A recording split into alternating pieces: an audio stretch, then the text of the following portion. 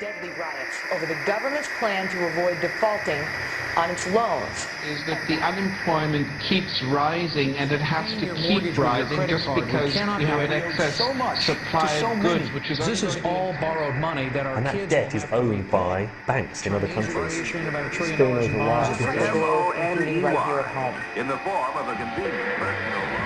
A filter cigarette that delivers the taste, and 45 malt liquor. Are you hot? Quite some time ago, by a second, America is sponsoring I first learned it from my grandmother. Now, my grandmother was a wonderful person. She taught me how to play the game Monopoly. She understood that the name of the game is to acquire. She would accumulate everything she could, and eventually she became the master of the board. And then she would always say the same thing to me. She'd look at me and she'd say, "One day, you'll learn to play the game." One summer, I played Monopoly almost every day, all day long. And that summer, I learned to play the game. I came to understand the only way to win is to make a total commitment to acquisition. I came to understand that money and possessions, that's the way that you keep score. And by the end of that summer, I was more ruthless than my grandmother. I was ready to bend the rules if I had to win that game. And I sat down with her to play that fall. I took everything she had. I watched her give her last dollar and quit in utter defeat. And then she had one more thing to teach me. Then she said, "Now it all goes back in the box." All those houses and hotels, all the railroads and utility companies, all that property and all that wonderful money. Now it all goes back in the box. None of it was really yours. You got all heated up about it for a while. But it was around a long time before you sat down at the board. And it will be here after you're gone. Players come and players go. Houses and cars, titles and clothes, even your body. Because the fact is that everything I clutch and consume and hoard is going to go back in the box, and I'm going to lose it all.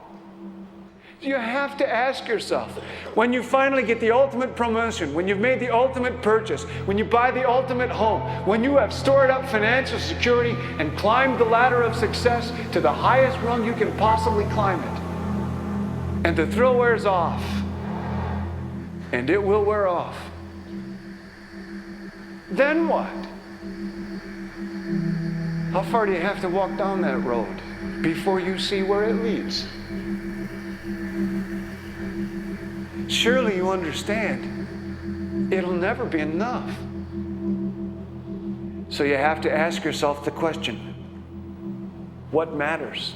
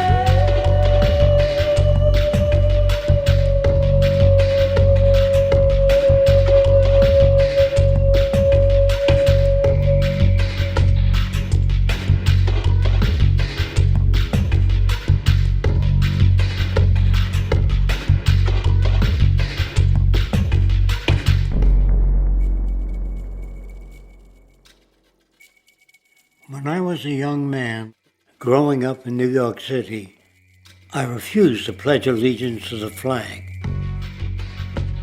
Of course, I was sent to the principal's office, and he asked me, "Why don't you want to pledge allegiance? Everybody does." I said, "Everybody once believed the earth was flat, but that doesn't make it so." I explained that America owed everything it has to other cultures and other nations, and that I would rather pledge allegiance to the earth and everyone on it. Needless to say, it wasn't long before I left school entirely, and I set up a lab in my bedroom. There I began to learn about science and nature. I realized then that the universe is governed by laws, and that the human being, along with society itself, was not exempt from these laws. Then came the crash of 1929, which began what we now call the Great Depression. I found it difficult to understand why millions were out of work, homeless, starving, while all the factories were sitting there. The resources were unchanged. It was then that I realized that the rules of the economic game were inherently invalid. Shortly after came World War II, where various nations took turns systematically destroying each other. I later calculated that all the destruction and wasted resources spent on that war could have easily provided for every human need on the planet. Since that time, I have watched humanity set the stage for its own extinction. I have watched as the precious finite resources are perpetually wasted and destroyed in the name of profit and free markets. I have watched the social values of society be reduced into a base artificiality of materialism and mindless consumption. And I have watched as the monetary powers control the political structure of supposedly free societies. I'm 94 years old now, and I'm afraid my disposition is the same as it was 75 years ago. This shit's got to go.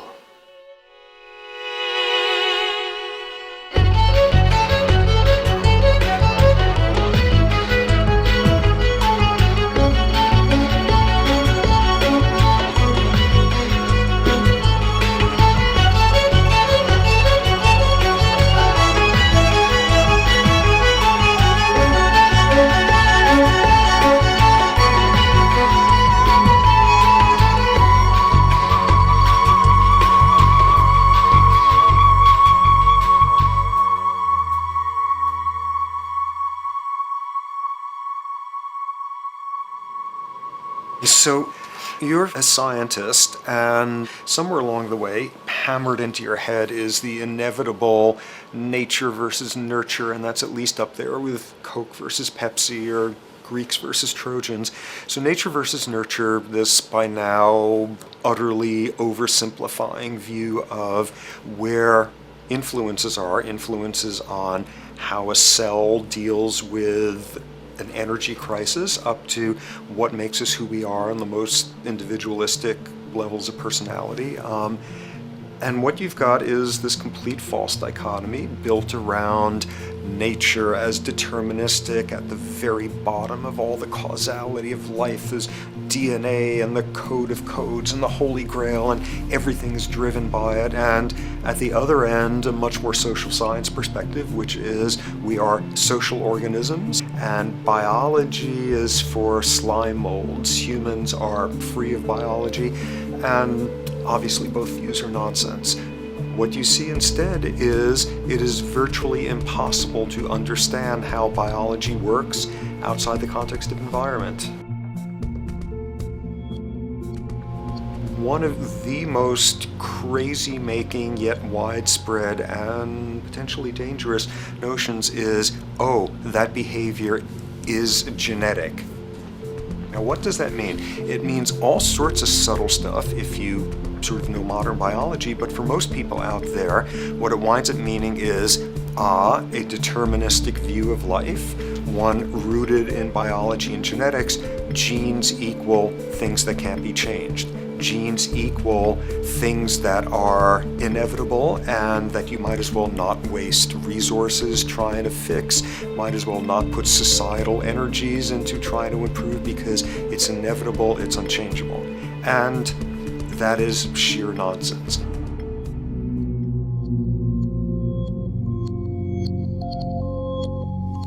It is widely thought that conditions like ADHD are genetically programmed, conditions like schizophrenia are genetically programmed. The truth is the opposite. Nothing is genetically programmed. They're very rare diseases.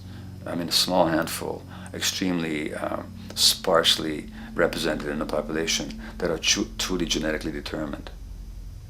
Most complex conditions might have a predisposition that is a genetic component, but a predisposition is not the same as a predetermination. The whole search for the source of diseases in the genome was doomed to failure before anybody even thought of it, because most diseases are not genetically predetermined. Heart disease, cancer, strokes, rheumatoid conditions, autoimmune conditions in general, mental health conditions, addictions, these are none of them genetically determined. Breast cancer, for example, out of 100 women with breast cancer, only 7 will carry the breast cancer genes. 93 do not. And out of 100 women who do have the genes, not all of them will get cancer.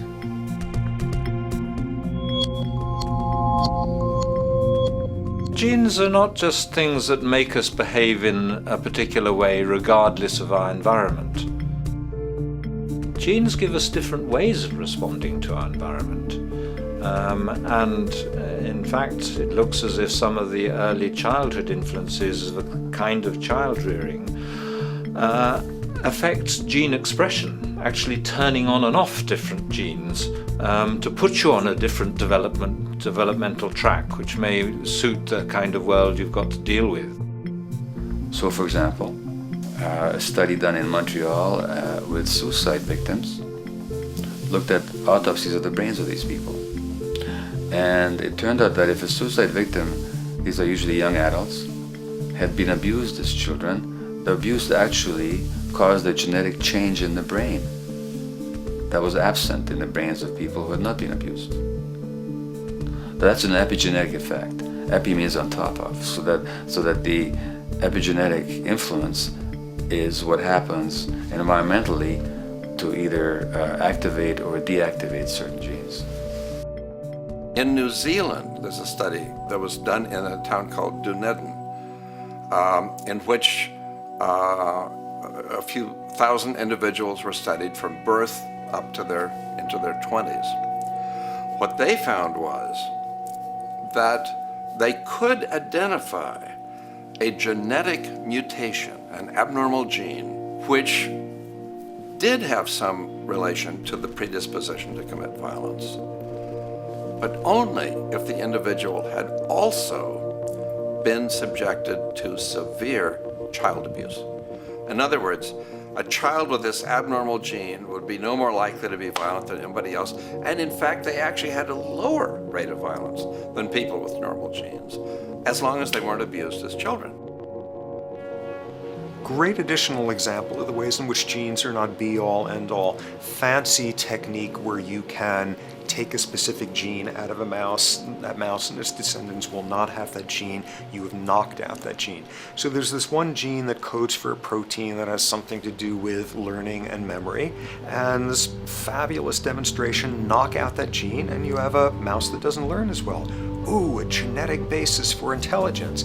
What was much less appreciated in that landmark study that got picked up by the media left and right is take those genetically impaired mice and raise them in a much more enriched, stimulating environment than your normal mice in a lab cage, and they completely overcame that deficit. So when one says in a contemporary sense that, oh, this behavior is genetic, to the extent that that's even a valid sort of phrase to use, what you're saying is there is a genetic contribution to how this organism responds to environment. Genes may influence the readiness with which an organism will deal with a certain environmental challenge. You know, that's not the version most people have in their minds. And not to be too soapboxing, but run with the old sort of version of it's genetic, and it's not that far from a history of eugenics and things of that sort. It's a widespread misconception, and it's a potentially fairly dangerous one. One reason that the sort of biological explanation for violence, one reason that hypothesis is potentially dangerous, it's not just misleading, it can really do harm, is because if you believe that, you could very easily say, well, there's nothing we can do to change the predisposition people have to becoming violent. All we can do if somebody becomes violent is punish them, lock them up or execute them. But we don't need to worry about changing the social environment or the social preconditions that may lead people to become violent, because that's irrelevant. The genetic argument allows us the luxury of ignoring past and present historical and social factors. And in the words of Louis Menand, he wrote in the New Yorker, very astutely, he said, "It's all in the genes, an explanation for the way things are that does not threaten the way things are. Why should someone feel unhappy or engage in antisocial behavior when that person is living in the freest and most prosperous nation on earth? It can't be the system. There must be a flaw in the wiring somewhere," which is a good way of putting it. So the genetic argument is simply a cop-out, which allows us to ignore the social and economic and political factors that in fact underlie many troublesome behaviors.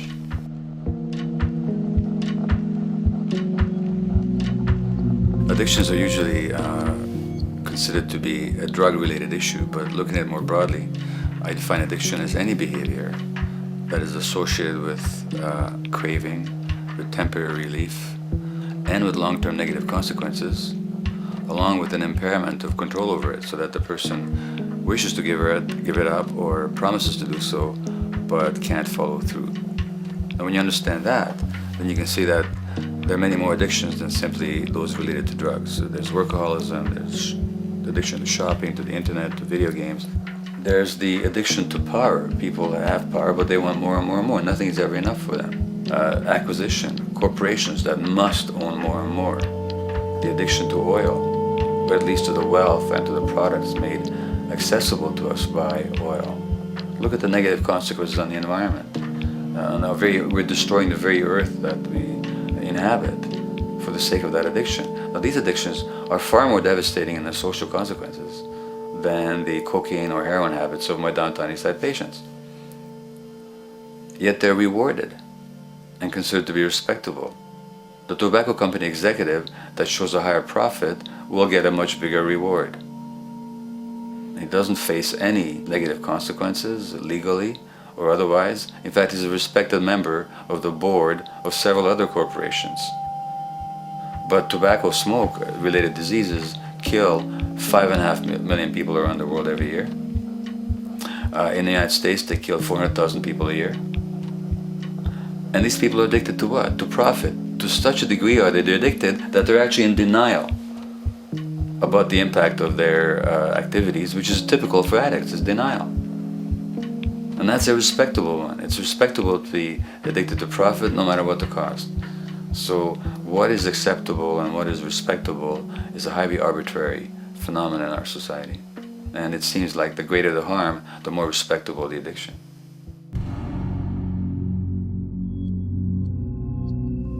There's a general myth that drugs in themselves are addictive. In fact, the war on drugs is predicated on the idea that if you interdict the sources of drugs, you can deal with addiction that way.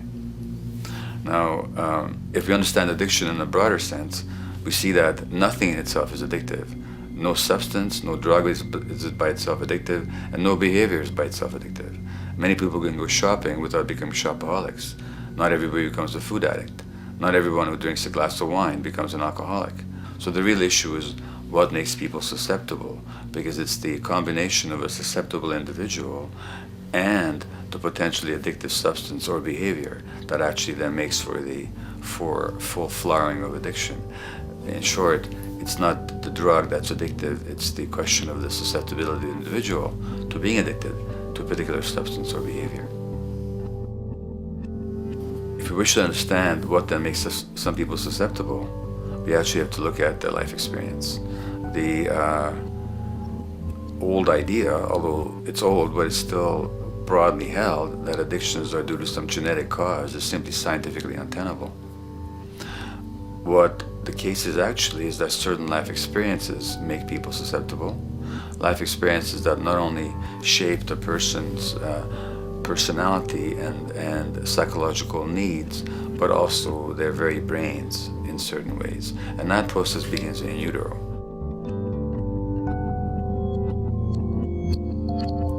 It's been shown, for example, that if you stress mothers during pregnancy, their children are more likely to have traits that predispose them to addictions. And that's because development is shaped by the psychological and social environment. So the biology of human beings is very much affected by and programmed by their life experiences beginning in utero. Environment does not begin at birth.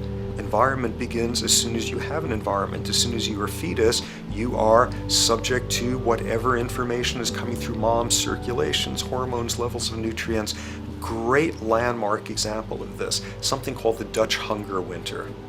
1944, Nazis occupying Holland. For a bunch of reasons, they decide to take all the food and divert it to Germany. For 3 months, everybody there is starving. Tens of thousands of people starve to death. What the Dutch hunger winter effect is, if you were a second or third trimester fetus during the starvation, your body learned something very unique during that time. As it turns out, second, third trimester, something that your body is going about trying to learn about the environment is, well, how menacing of a place is it out there? How plentiful? How much nutrients am I getting by way of mom's circulation? Be a fetus who is starving during that time, and your body programs forever after to be really, really, really stingy with your sugar and fat, and what you do is you store every bit of it. Be a Dutch hunger winter fetus, and half a century later, everything else being equal, you are more likely to have high blood pressure, obesity, or metabolic syndrome. That is environment coming in a very unexpected place. You can stress animals in a laboratory when they're pregnant, and their offspring will be more likely to use cocaine and alcohol as adults. You can stress human mothers. For example, in a British study, women who are abused in pregnancy will have higher levels of the stress hormone cortisol in their placenta at birth, and their children are more likely to have conditions that predispose them to addictions by age 7 or 8. So in utero stress already prepares the ground for all kinds of mental health issues. Israeli study done prior on children born to mothers who were pregnant prior to the onset of the 1967 war. These women, of course, are very stressed, and their offspring have a higher incidence of schizophrenia than the average cohort. So there's plenty of evidence now that prenatal effects have a huge impact on the developing human being.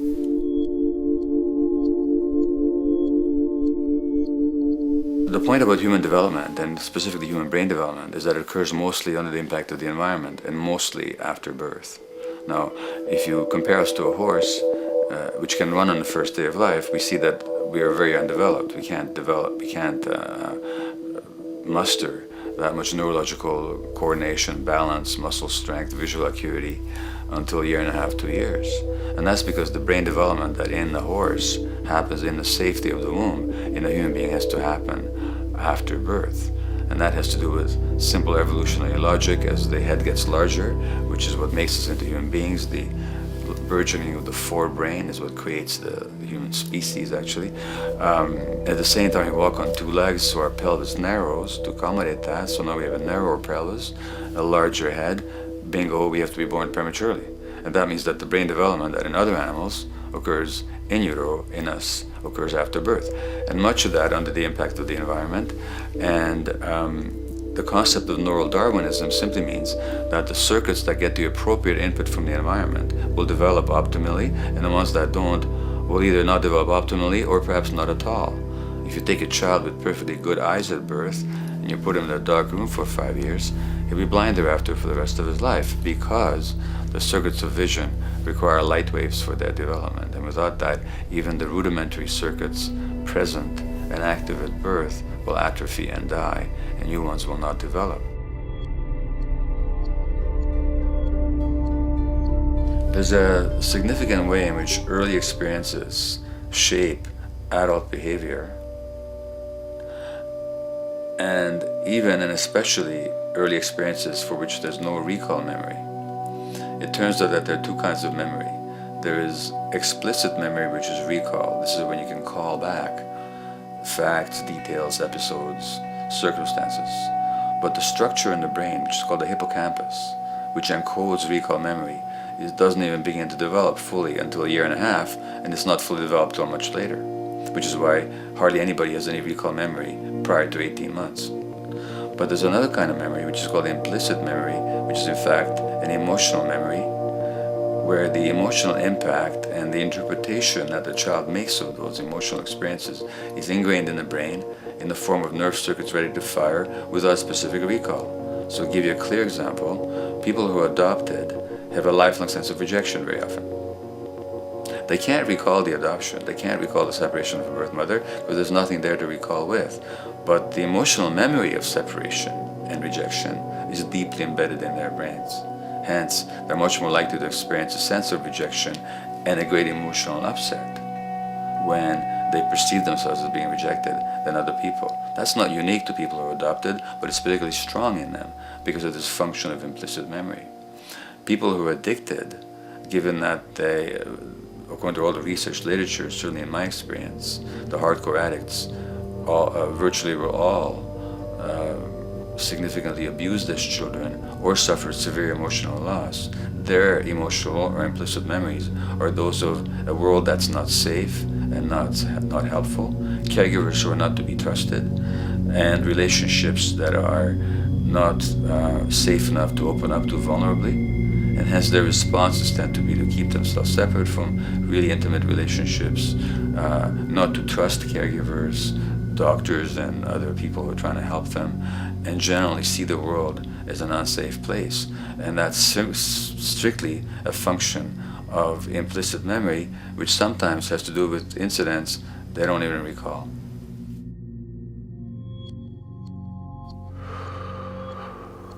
Infants who are born premature are often in incubators and various types of gadgetry and machinery for weeks and perhaps months. It's now known that if these children are touched and stroked on the back for just 10 minutes a day, that promotes their brain development. So human touch is essential for development. And in fact, infants who are never picked up will actually die. That's how much of a fundamental need being held is to human beings. In our society, there's an unfortunate tendency to tell parents not to pick up their kids, not to hold them, not to pick up babies who are crying for fear of spoiling them, or to encourage them to sleep through the night. You don't pick them up, which is just the opposite of what the child needs. And these children might go back to sleep because they give up and their brains just shut down as a way of defending against the vulnerability of being abandoned really by their parents. But their implicit memories will be that of a world that doesn't give a damn. A lot of these differences are structured very early in life. In a way, if you like, the parental experience of adversity, how tough life is or how easy it is passed on to children, whether through maternal depression or parents being bad-tempered with their kids because they've had a hard day or just being too tired at the end of the day. And these have very powerful effects, programming children's development, which we know a lot about now. But that's early sensitivity isn't just an evolutionary mistake. It exists again in many different species. Even seedlings, there's an early adaptive process to the kind of environment they're growing up in. But for humans, the adaptation is to the quality of social relations. And so early life, how nurturing or how much conflict, how much attention you get, is a taster of the kind of world you may be growing up in. Are you growing up in a world where you have to fight for what you can get, watch your back, fend for yourself, learn not to trust others? Or are you growing up in a society where you depend on reciprocity, mutuality, cooperation, where empathy is important, where your security depends on good relations with other people? And that needs a very different emotional and cognitive development. And that's what the early sensitivity is about. And parenting is almost, quite unconsciously, a system for passing on that experience to children of the kind of world they're in. The great British child psychiatrist D.W. Winnicott said that fundamentally two things can go wrong in childhood.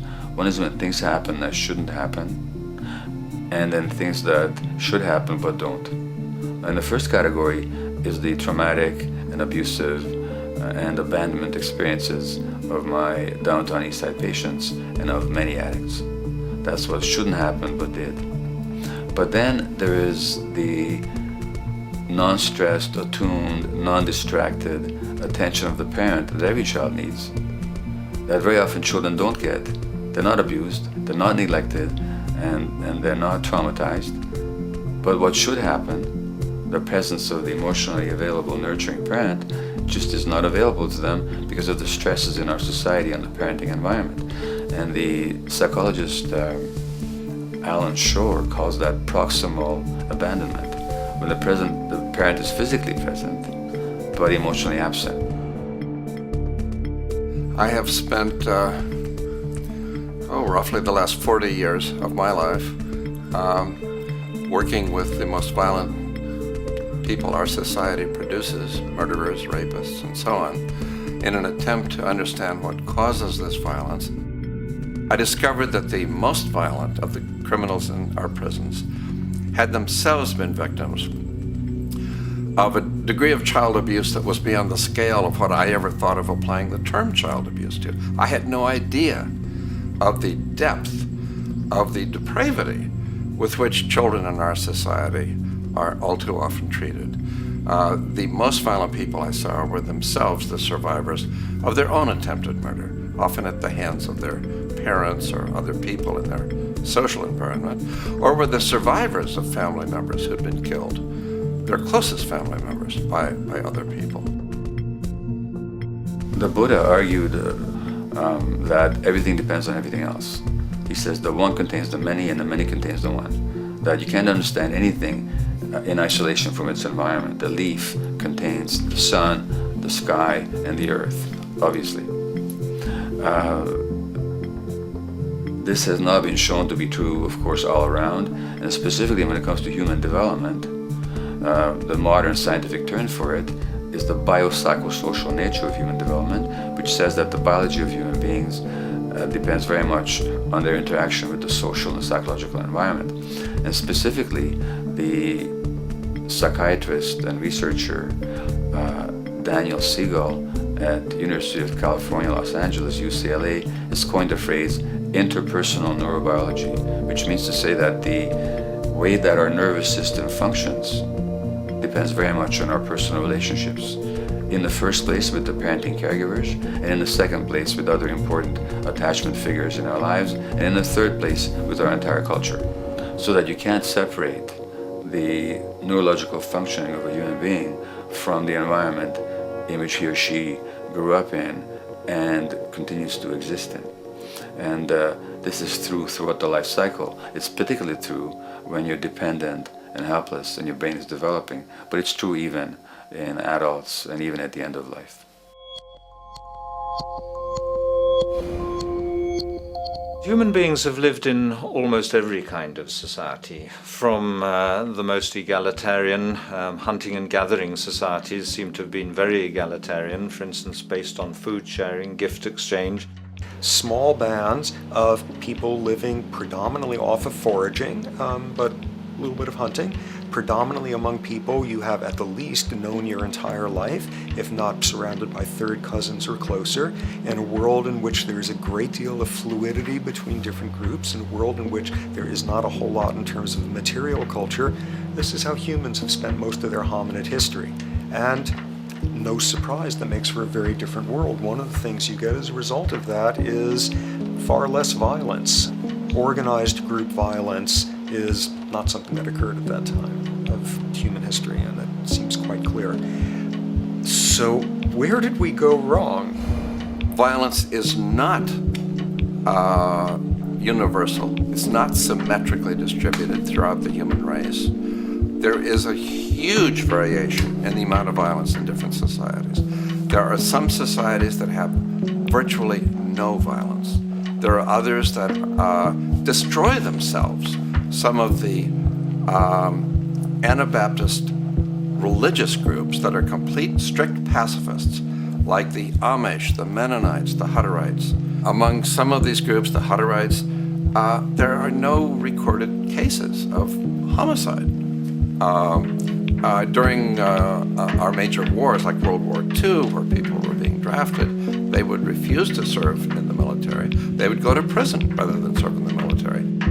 In the kibbutzim in Israel, the level of violence is so low that the criminal courts there will often send violent offenders, people who've committed crimes, to live on the kibbutzim in order to learn how to live a nonviolent life, because that's the way people live there. So we are amply shaped by society. Our societies in the broader sense, including our theological, our metaphysical, our linguistic influences, etc., our societies help shape us as to whether or not we think life is basically about sin or about beauty, whether the afterlife will carry a price for how we live our lives or if it's irrelevant.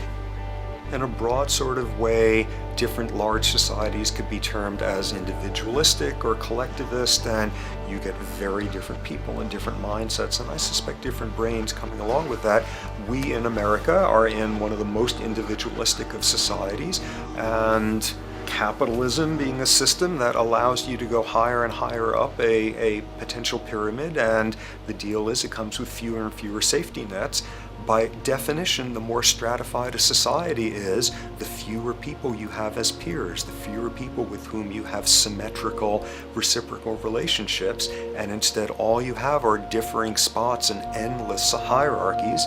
And a world in which you have few reciprocal partners is a world with a lot less altruism.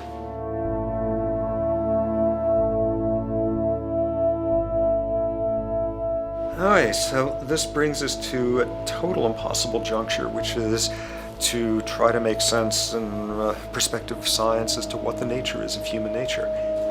You know, on a certain level, the nature of our nature is not to be particularly constrained by our nature. We come up with more social variability than any species out there, more systems of belief, of styles of family structures, of ways of raising children. The capacity for variety that we have is extraordinary.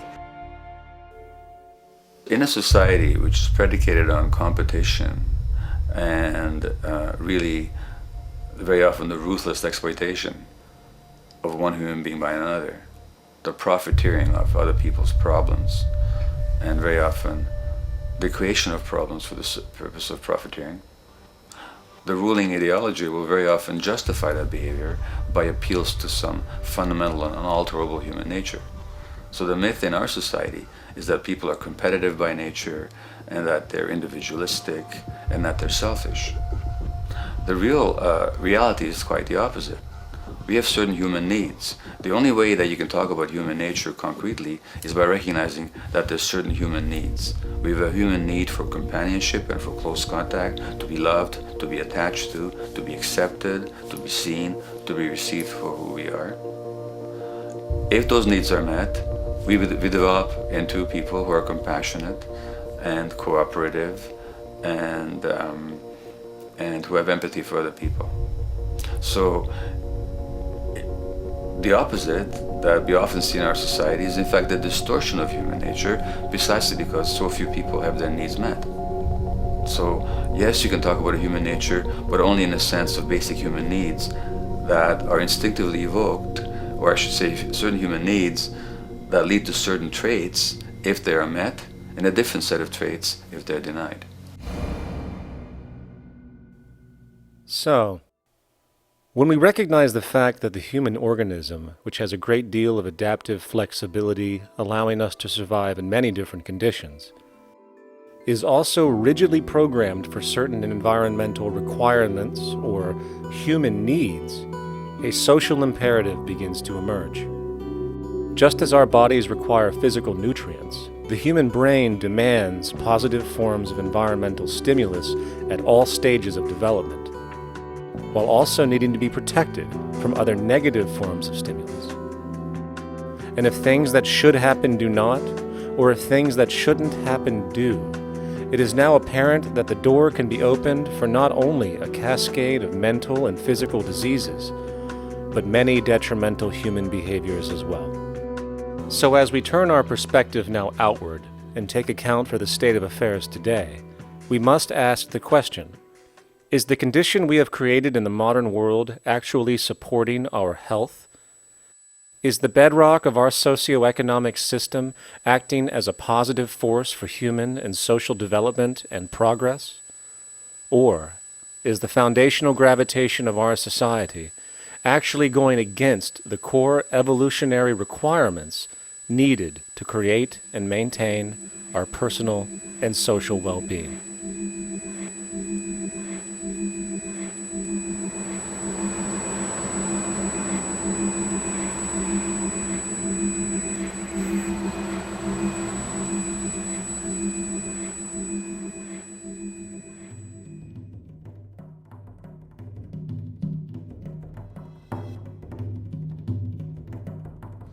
So one might ask, where did this all begin?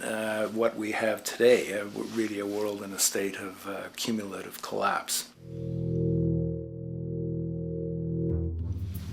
You get it started with John Locke. And John Locke introduces property, and he has 3 provisos for just private right and property. And the 3 provisos are that there must be enough left over for others, and that you must not let it spoil, and that you, most of all, must mix your labor with it. It seems justified. You mix your labor with the world, then you're entitled to the product, and as long as there's enough left over for others, and as long as it doesn't spoil, you don't allow anything to go to waste, that's okay. Well, he spends a long time of his famous treatise of government, and it's since been the canonical text for economic and political and legal understanding. Is still a classic text of study. Well, what he did is, after he gives the provisos, and you're almost thinking at the time whether you're for private property or not, he's given a very good and plausible and powerful defense of private property here. Well, he drops them. He drops them like that, right in one sentence. He says, well, once the introduction of money came in by men's tacit consent, then it became, and he doesn't say all the provisos are canceled, erased, but that's what happens. So now we have not product and your property earned by your own labor. Oh no, money buys labor now. There's no longer a consideration of whether there's enough left over for others. There's no longer a consideration of whether it spoils, because he says, well, money's like silver and gold can't spoil, therefore monies can't be responsible for waste, which is ridiculous. We're not talking about money and silver, we're talking about what its effects are. It's one non sequitur after another.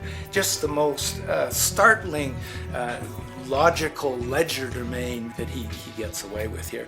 But it fits the interests of capital owners. Then Adam Smith comes along, and what he adds is the religion to this. Locke started with God made it all this way. This is God's right. And now we get also with Smith coming along, he says it's not only God's, I mean, he's not saying this, but this is what's happening philosophically in principle. He's saying it's not only a question of private property, that's all now presupposed, is given. And that there's money investors that buy labor, given. That there's no limit to how much they can buy of other men's labor, how much they can accumulate, how much inequality, that's all given now. And so he comes along, and what his big idea is, and again, it's just introduced in parentheses, en passant. You know, when people put out the goods for sale and others, you know, the supply, and other people buy them with the demand and so forth, how do we have supply equaling demand or demand equaling supply? How can they come into equilibrium? And that is one of the central notions of economics, is how do they come into equilibrium? And he says it's the invisible hand of the market that brings them into equilibrium.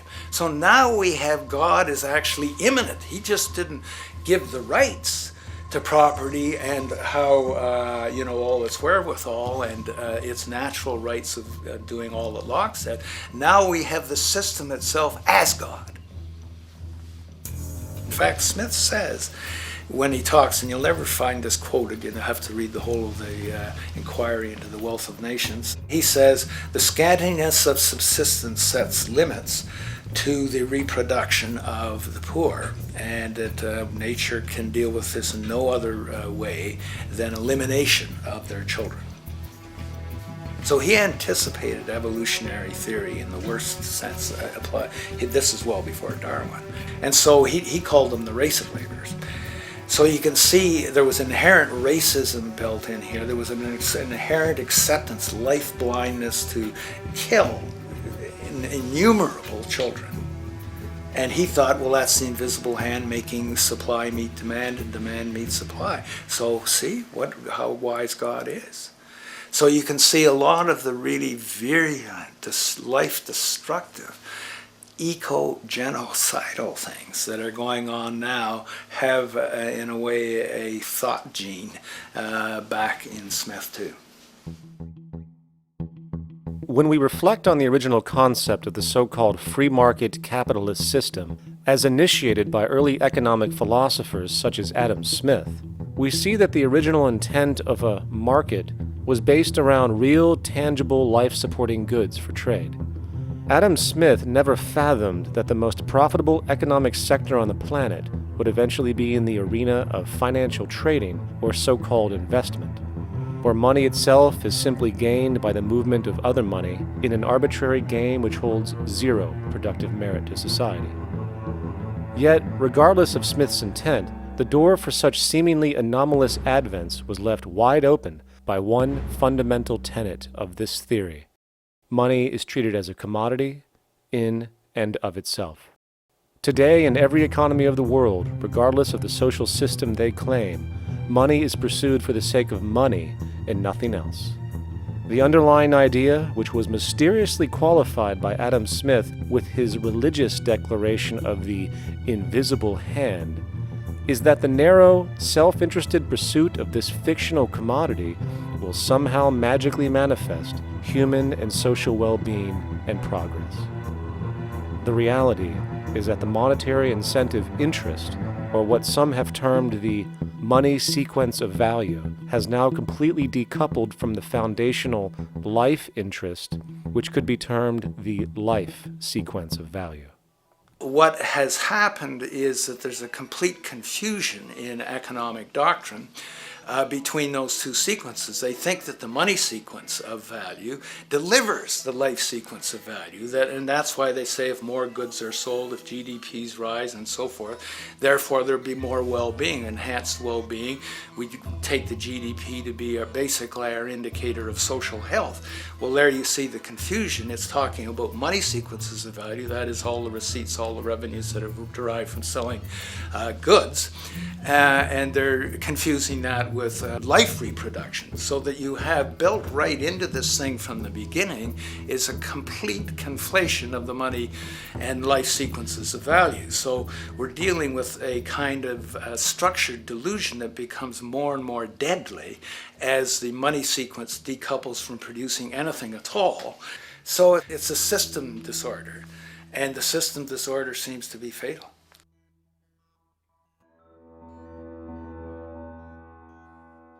In society today, you seldom hear anyone speak of the progress of their country or society in terms of their physical well-being, state of happiness, trust, or social stability.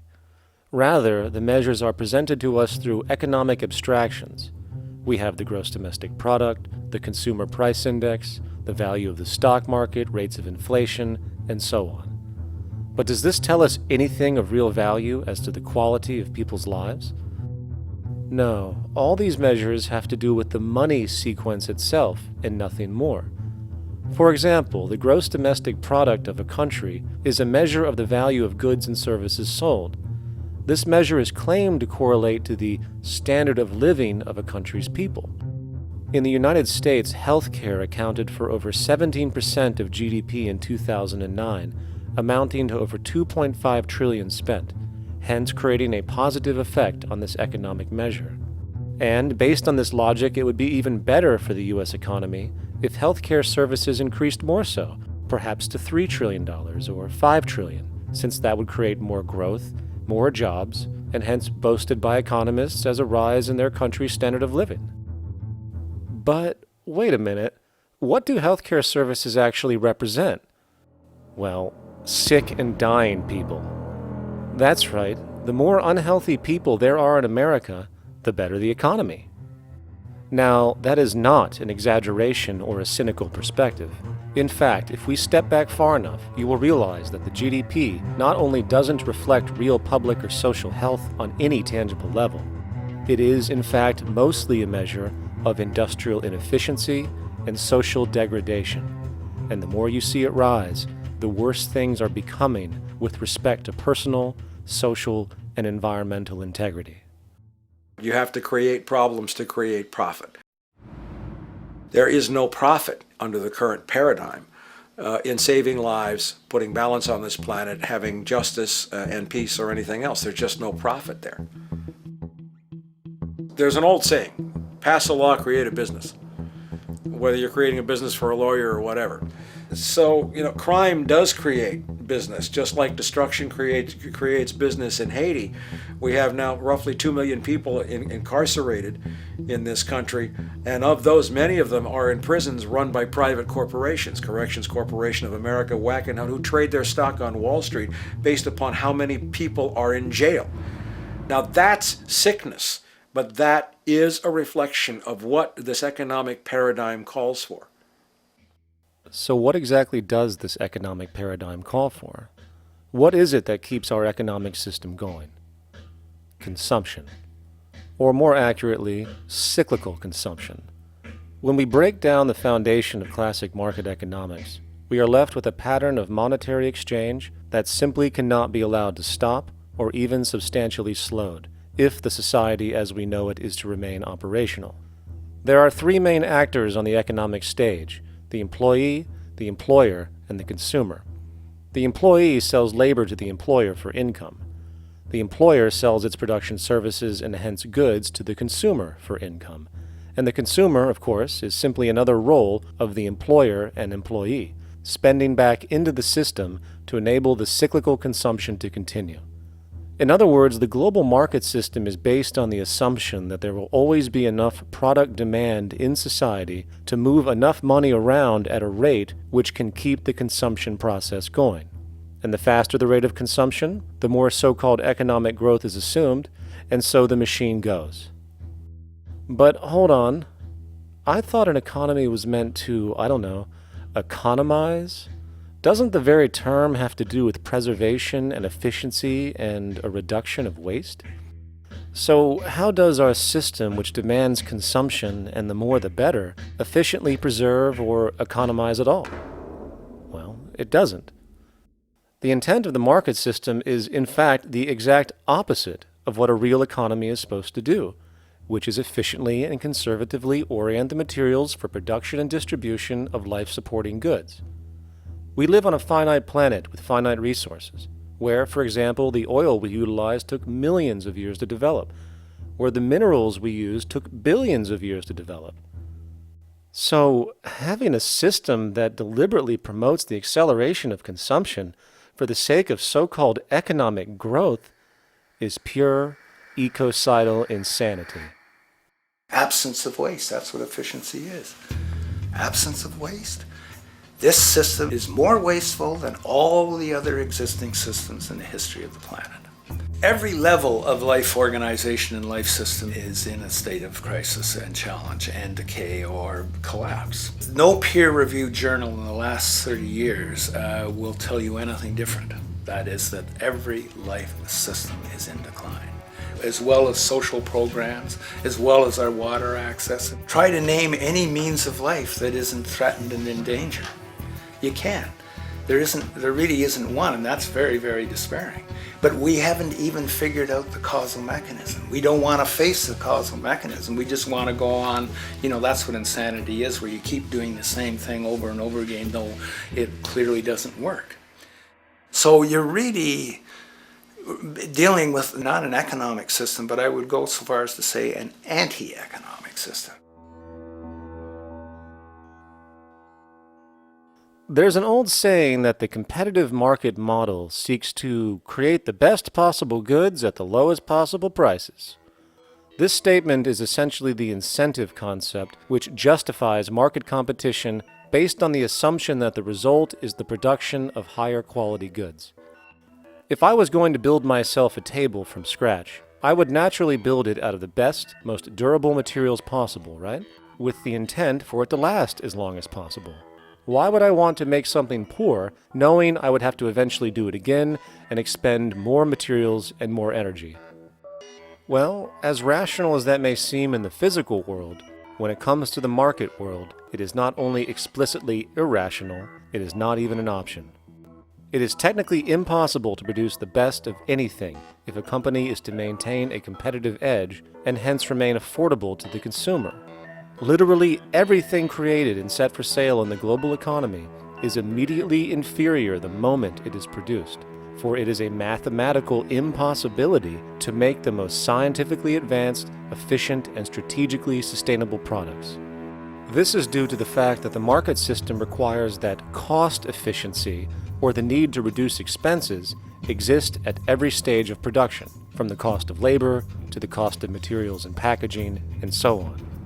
This competitive strategy, of course, is to make sure the public buys their goods rather than from a competing producer, which is doing the exact same thing to also make their goods both competitive and affordable.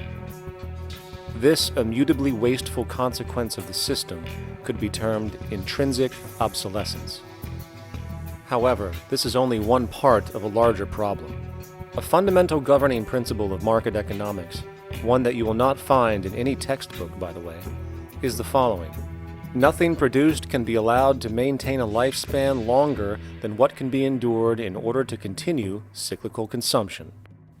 In other words, it is critical that stuff break down, fail, and expire within a certain amount of time. This is termed planned obsolescence. Planned obsolescence is the backbone of the underlying market strategy of every goods-producing corporation in existence. While very few, of course, would admit to such a strategy outright, what they do is mask it within the intrinsic obsolescence phenomenon just discussed, while often ignoring or even suppressing new advents in technology which might create a more sustainable, durable good. So, if it wasn't wasteful enough that the system inherently cannot allow the most durable and efficient goods to be produced, planned obsolescence deliberately recognizes that the longer any good is in operation, the worse it is for sustaining cyclical consumption and hence the market system itself. In other words, product sustainability is actually inverse to economic growth, and hence there is a direct, reinforced incentive to make sure lifespans are short of any given good produced. And in fact, the system cannot operate any other way. One glance at the sea of landfills now spreading across the world show the obsolescence reality. There are now billions of cheaply made cell phones, computers, and other technology, each full of precious, difficult-to-mine materials such as gold, coltan, copper, now rotting in vast piles, usually due to the mere malfunction or obsolescence of small parts, which, in a conservative society, could likely be fixed or updated, and the life of the good extended. Unfortunately, as efficient as that may seem in our physical reality, living on a finite planet with finite resources, it is explicitly inefficient with respect to the market. To put it into a phrase, efficiency, sustainability, and preservation are the enemies of our economic system. Likewise, just as physical goods need to be constantly produced and reproduced regardless of their environmental impact, the service industry operates with an equal rationale. The fact is, there is no monetary benefit to resolving any problems which are currently being serviced. At the end of the day, the last thing the medical establishment really wants is the curing of diseases such as cancer, which would eliminate countless jobs and trillions in revenue. And since we're on the subject, crime and terrorism in this system are good. Well, at least economically, for it is employing police, generating high-value commodities for security, not to mention the value of prisons that are privately owned for profit. And how about war?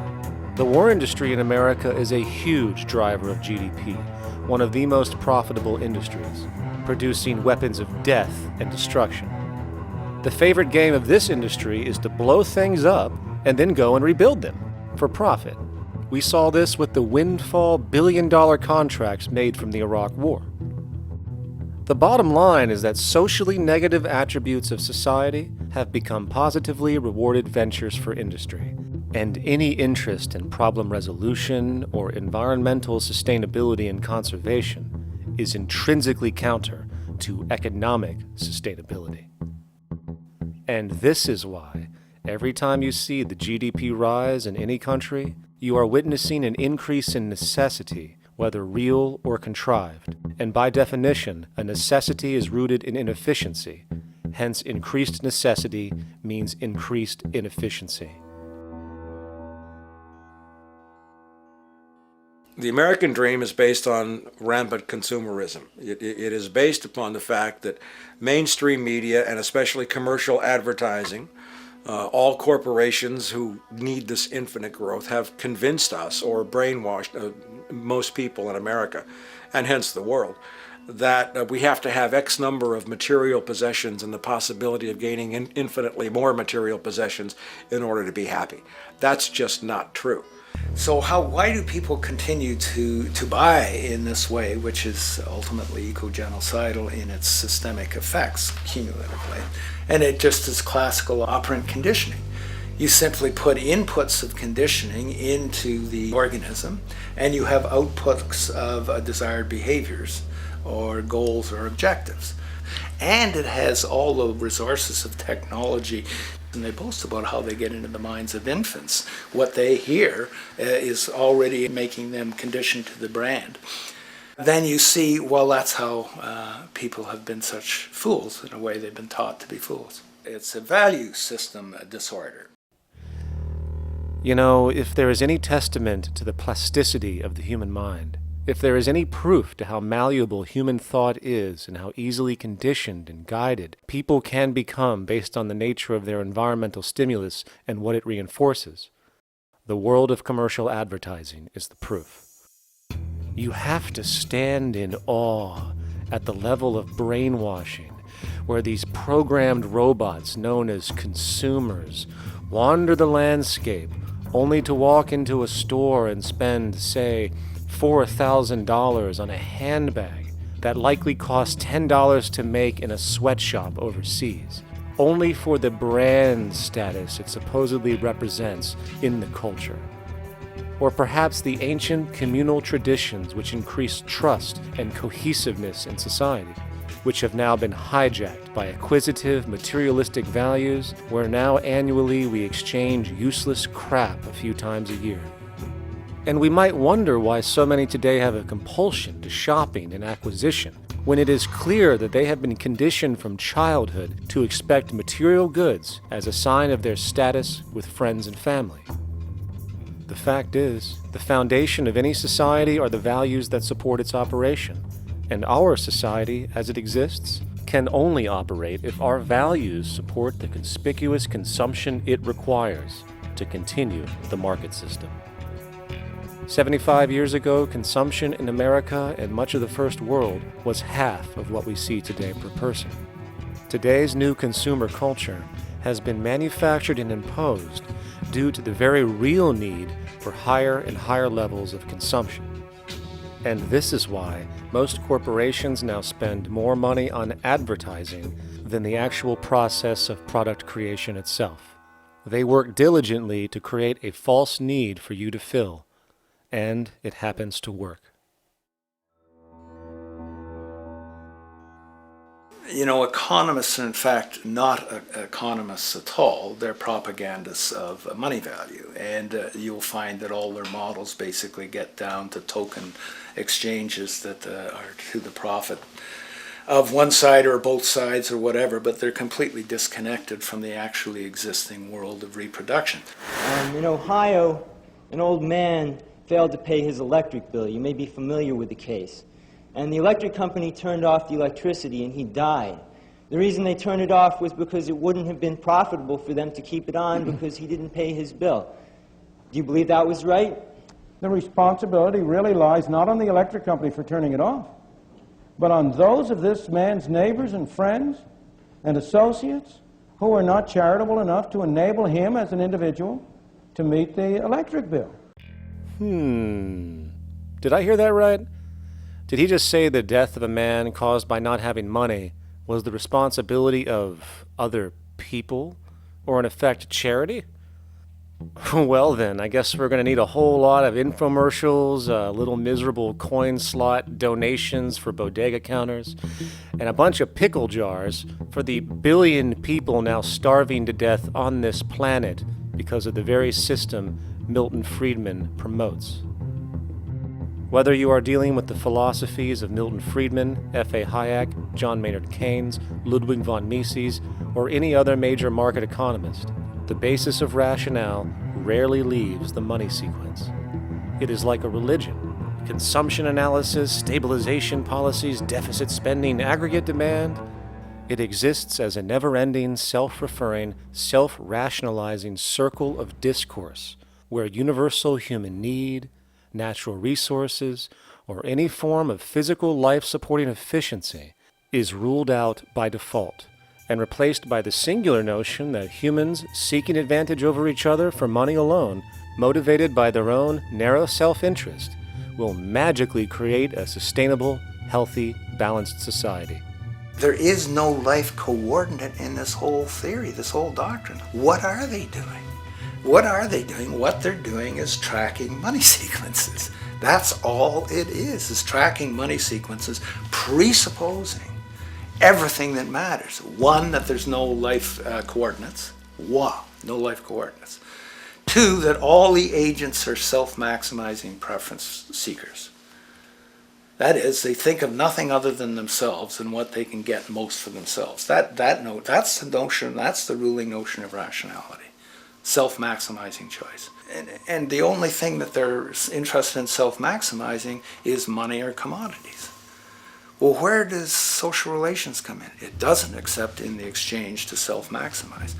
Where do our natural resources come in? They don't, except to exploit. Where does the family come in as being able to survive? It doesn't. They have to have money in order to purchase any good. Well, shouldn't an economy deal somewhere with human need? Isn't that what the fundamental issue is, to satisfy human needs? Oh, need isn't even in your lexicon. You dissolve it into wants. And what is a want? That means money demand that wants to buy. Well, if it's money demand that wants to buy, it's got nothing to do with need, because it may be the person has no money demand and desperately needs, say, water supply. Or it may be money demand wants a gold toilet seat. Well, where does it all go? To the gold toilet seat. And you call this economics? Like, it's really, when one thinks of it, it's got to be the most bizarre delusion in the history of human thought. Now, so far we have focused on the market system, but this system is actually only one half of the global economic paradigm. The other half is the monetary system. While the market system deals with the interaction of people gaming for profit across the spectrum of labor, production, and distribution, the monetary system is an underlying set of policies set by financial institutions which create conditions for the market system, among other things. It includes terms we often hear, such as interest rates, loans, debt, the money supply, inflation, etc. And while you might want to pull your hair out listening to the gibberish coming from the monetary economists, modest preemptive actions can obviate the need of more drastic actions at a later date. the nature and effect of this system is actually quite simple. Our economy has, or the global economy, has three basic things that govern it. One is fractional reserve banking, banks printing money out of nothing. It's also based upon compound interest. When you borrow money, you have to pay back more than you borrowed, which means that you, in effect, create money out of thin air, again, which has to be serviced by creating still more money. We live in an infinite growth paradigm. The economic paradigm we live in now is a Ponzi scheme. Nothing grows forever. It's not possible. As a great psychologist James Hillman wrote, the only thing that grows in a human body after a certain age is cancer. It's not just the amount of money that has to keep growing, it's the amount of consumers. Consumers to borrow money at interest to generate more money, and obviously that's not possible on a finite planet. People are basically vehicles to just create money, which must create more money to keep the whole thing from falling apart, which is what's happening right now. There are really only two things anyone needs to know about the monetary system.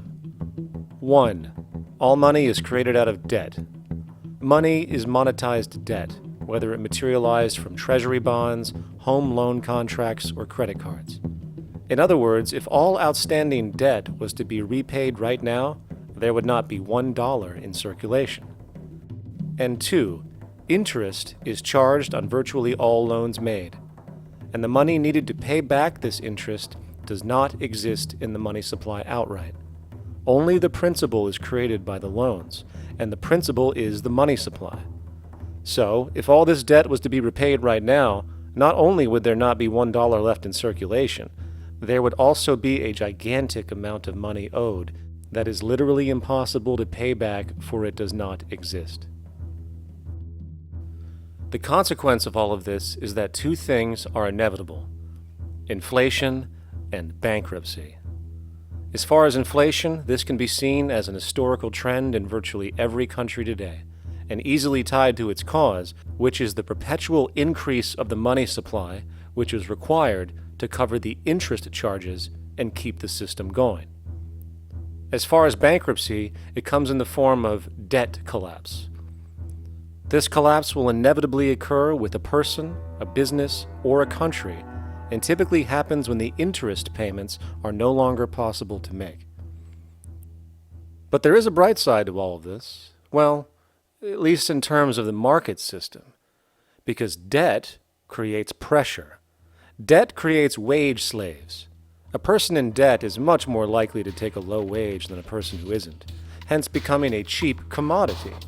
So it's great for the corporations to have a pool of people that have no financial mobility. But hey, that same train of thought also goes for entire countries. The World Bank and the International Monetary Fund, which mostly serve as proxies for transnational corporate interests, give gigantic loans to troubled countries at very high interest rates, and then, once the countries are deeply in the hole and can't pay, austerity measures are applied, the corporations swoop in, set up sweatshops, and take their natural resources. Now that's market efficiency. But wait, there's more.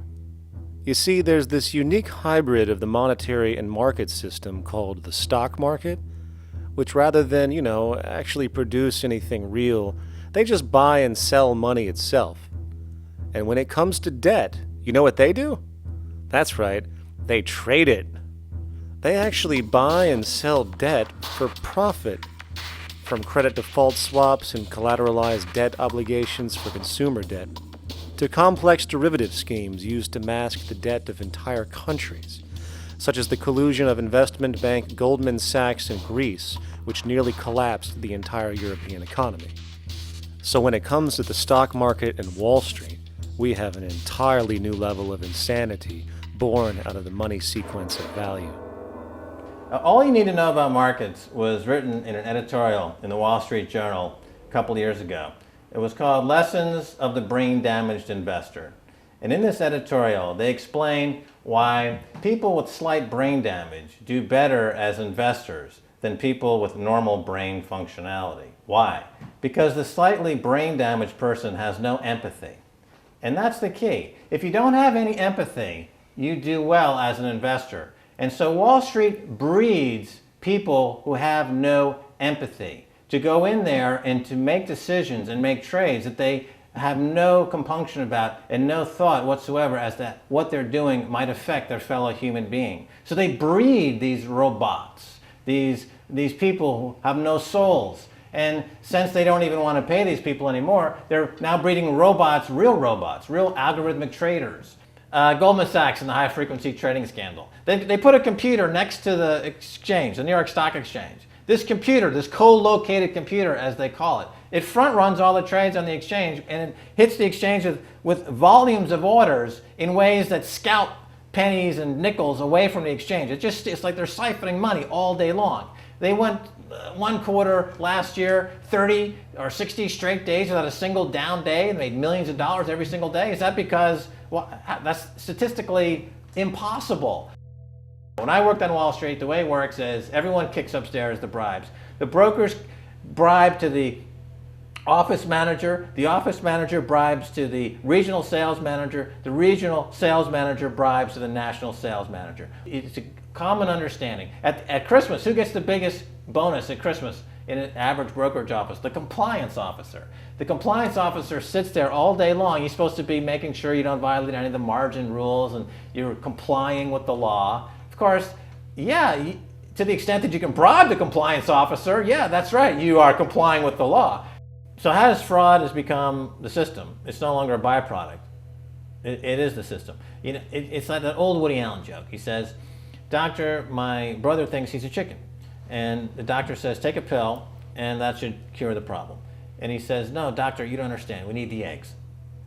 Okay? So the trading of fraudulent claims back and forth between banks to generate fees, to generate bonuses, has become the GDP producing growth engine of the United States economy. Even though they're essentially trading fraudulent claims that there's absolutely no hope of ever paying back. They're processing and generating and resecuritizing nothing. If I write $20 billion on a cocktail napkin and I sell it to JP Morgan while JP Morgan writes $20 billion on a cocktail napkin, and we swap those two cocktail napkins at a bar and we each pay ourselves 1/4% in a fee, we make a lot of money for our Christmas bonus. We each have on our books a $20 billion cocktail napkin, which has no real value until such time as the system is no longer able to absorb bogus cocktail napkins, in which case we go to the government to get bailed out.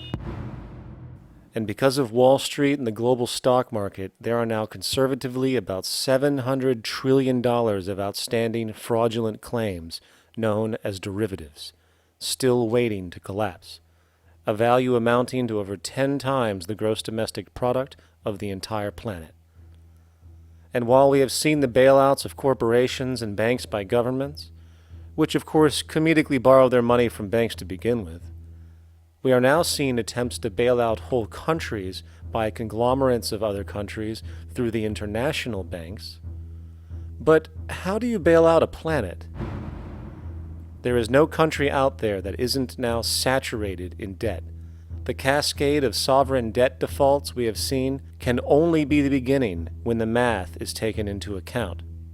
It has been estimated in the United States alone that income tax would need to be raised to 65% per person just to cover the interest in the near future. Economists are now foreshadowing that within a few decades, 60% of the countries on the planet will be bankrupt. But, hold on, let me get this straight. The world is going bankrupt, whatever the hell that means, because of this idea called debt, which doesn't even exist in the physical reality. It's only part of a game that we've invented. And yet, the well-being of billions of people is now being compromised. Extreme layoffs, tent cities, accelerating poverty, austerity measures imposed, schools shutting down, child hunger, and other levels of familial deprivation, all because of this elaborate fiction. What are we, fucking stupid? Hey, Mars, my man. Help a brother out, huh? Grow up, kid.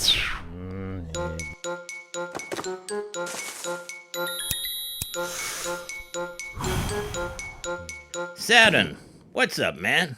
You remember that smoking nebula I hooked you up with a while back?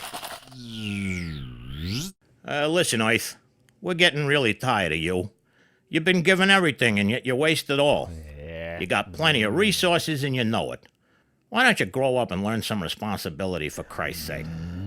You're making your mother miserable.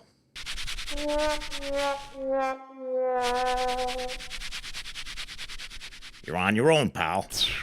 Yeah, whatever.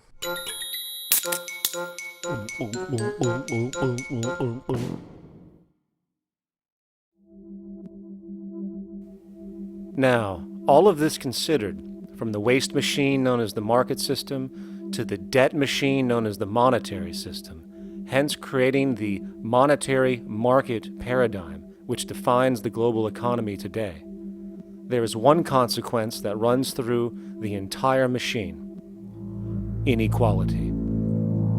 Whether it is the market system which creates a natural gravitation towards monopoly and power consolidation, while also generating pockets of wealthy industries that tower over others regardless of utility, such as the fact that top hedge fund managers on Wall Street now take home over $300 million a year for contributing literally nothing, while a scientist looking for a cure for a disease trying to help humanity might make $60,000 a year if they're lucky. Or whether it is the monetary system, which has class division built right into its structure. For example, if I have $1 million to spare and I put it into a CD at 4% interest, I will make $40,000 a year. No social contribution, no nothing. However, if I'm a lower class person and have to take loans to buy my car or home, I am paying in interest, which, in abstraction, is going to pay that millionaire with the 4% CD. This stealing from the poor to pay the rich is a foundational, built-in aspect of the monetary system, and it could be labeled structural classism. Of course, historically, social stratification has always been deemed unfair, but obviously accepted overall as now 1% of the population owns 40% of the planet's wealth. But, material fairness aside, there is something else going on underneath the surface of inequality, causing an incredible deterioration in public health as a whole. Well, I think people are often puzzled by the contrast between the material success of our societies, unprecedented levels of wealth, and the many social failings. I mean, if you look at the rates of drug abuse or violence or self-harm amongst kids or mental illness, there's clearly something going deeply wrong with our societies. What the data that I've been describing does is simply shows that intuition that people have had for hundreds of years, that inequality is divisive and socially corrosive, that intuition is truer than I think we ever imagined. There are very powerful psychological and social effects of inequality, more to do, I suppose, with feelings of superiority and inferiority, that kind of division, and maybe going with the sort of respect, disrespect, people feeling looked down on at the bottom, which, by the way, is why violence is more common in more unequal societies. It's the trigger to violence is so often people feeling looked down on and disrespected. If there is one principle I can emphasize that is the most important principle underlying the prevention of violence, it would be equality. The single most significant factor that affects the rate of violence is the degree of equality versus the degree of inequality in that society. So what one's looking at is a sort of general social dysfunction. It's not just one or two things that go wrong as inequality increases. It seems to be everything, whether we're talking about crime or health or mental illness or whatever. One of the really disturbing findings out in public health there is never ever make the mistake of being poor or being born poor. Your health pays for it in endless sorts of ways, something known as the health socioeconomic gradient. As you move down from the highest strata in society in terms of socioeconomic status, every step down, health gets worse for umpteen different diseases. Life expectancy gets worse, infant mortality rate, everything you could look at. So a huge issue has been, why is it that this gradient exists? Totally simple, obvious answer, which is if you are chronically sick, you're not going to be very productive, so health causes drive socioeconomic differences. not that in the slightest. On the very simple level that you could look at socioeconomic status of a 10-year-old, and that's going to predict something about their health decades later. So that's the direction of causality. Next one, what's it about? Oh, it's perfectly obvious. Poor people can't afford to go to the doctor. It's healthcare access. It's got nothing to do with that, because you see these same gradients in countries with universal healthcare, socialized medicine. Okay, next simple explanation. Oh, on the average, the poorer you are, the more likely you are to smoke, to drink, to all sorts of lifestyle risk factor stuff. Yeah, those contribute, but careful studies have shown that explains maybe about a third of the variability. So what's left? And what's left is having a ton to do with the stress of poverty. So the poorer you are, starting off being, the person who's $1 income behind Bill Gates, the poorer you are in this country, on the average, the worse your health is. This tells us something really important. The health connection with poverty, it's not about being poor, it's about feeling poor. Increasingly, we recognize that chronic stress is an important influence on health, but the most important sources of stress are the quality of social relations. And if there is anything that lowers the quality of social relations, it is the socioeconomic stratification of society. What science has now shown is that regardless of material wealth, the stress of simply living in a stratified society leads to a vast spectrum of public health problems. And the greater the inequality, the worse they become. Life expectancy, longer in more equal countries. Drug abuse, less in more equal countries. Mental illness, less in more equal countries. Social capital, meaning the ability of people to trust each other, naturally greater in more equal countries. Educational scores, higher in more equal countries. Homicide rates, less in more equal countries. Crime and rates of imprisonment, less in more equal countries. It goes on and on. Infant mortality, obesity, teen birth rate, less in more equal countries. And perhaps most interesting, innovation, greater in more equal countries, which challenges the age-old notion that a competitive, stratified society is somehow more creative and inventive. Moreover, a study done in the UK called the Whitehall Study confirmed that there is a social distribution of disease as you go from the top of the socioeconomic ladder to the bottom. For example, it was found that the lowest rungs of the hierarchy had a 4-fold increase of heart disease-based mortality compared to the highest rungs. And this pattern exists irrespective of access to health care. Hence, the worse a person's relative financial status, the worse their health is going to be on average. This phenomenon is rooted in what could be termed psychosocial stress, and it is at the foundation of the greatest social distortions plaguing our society today. Its cause? The monetary market system.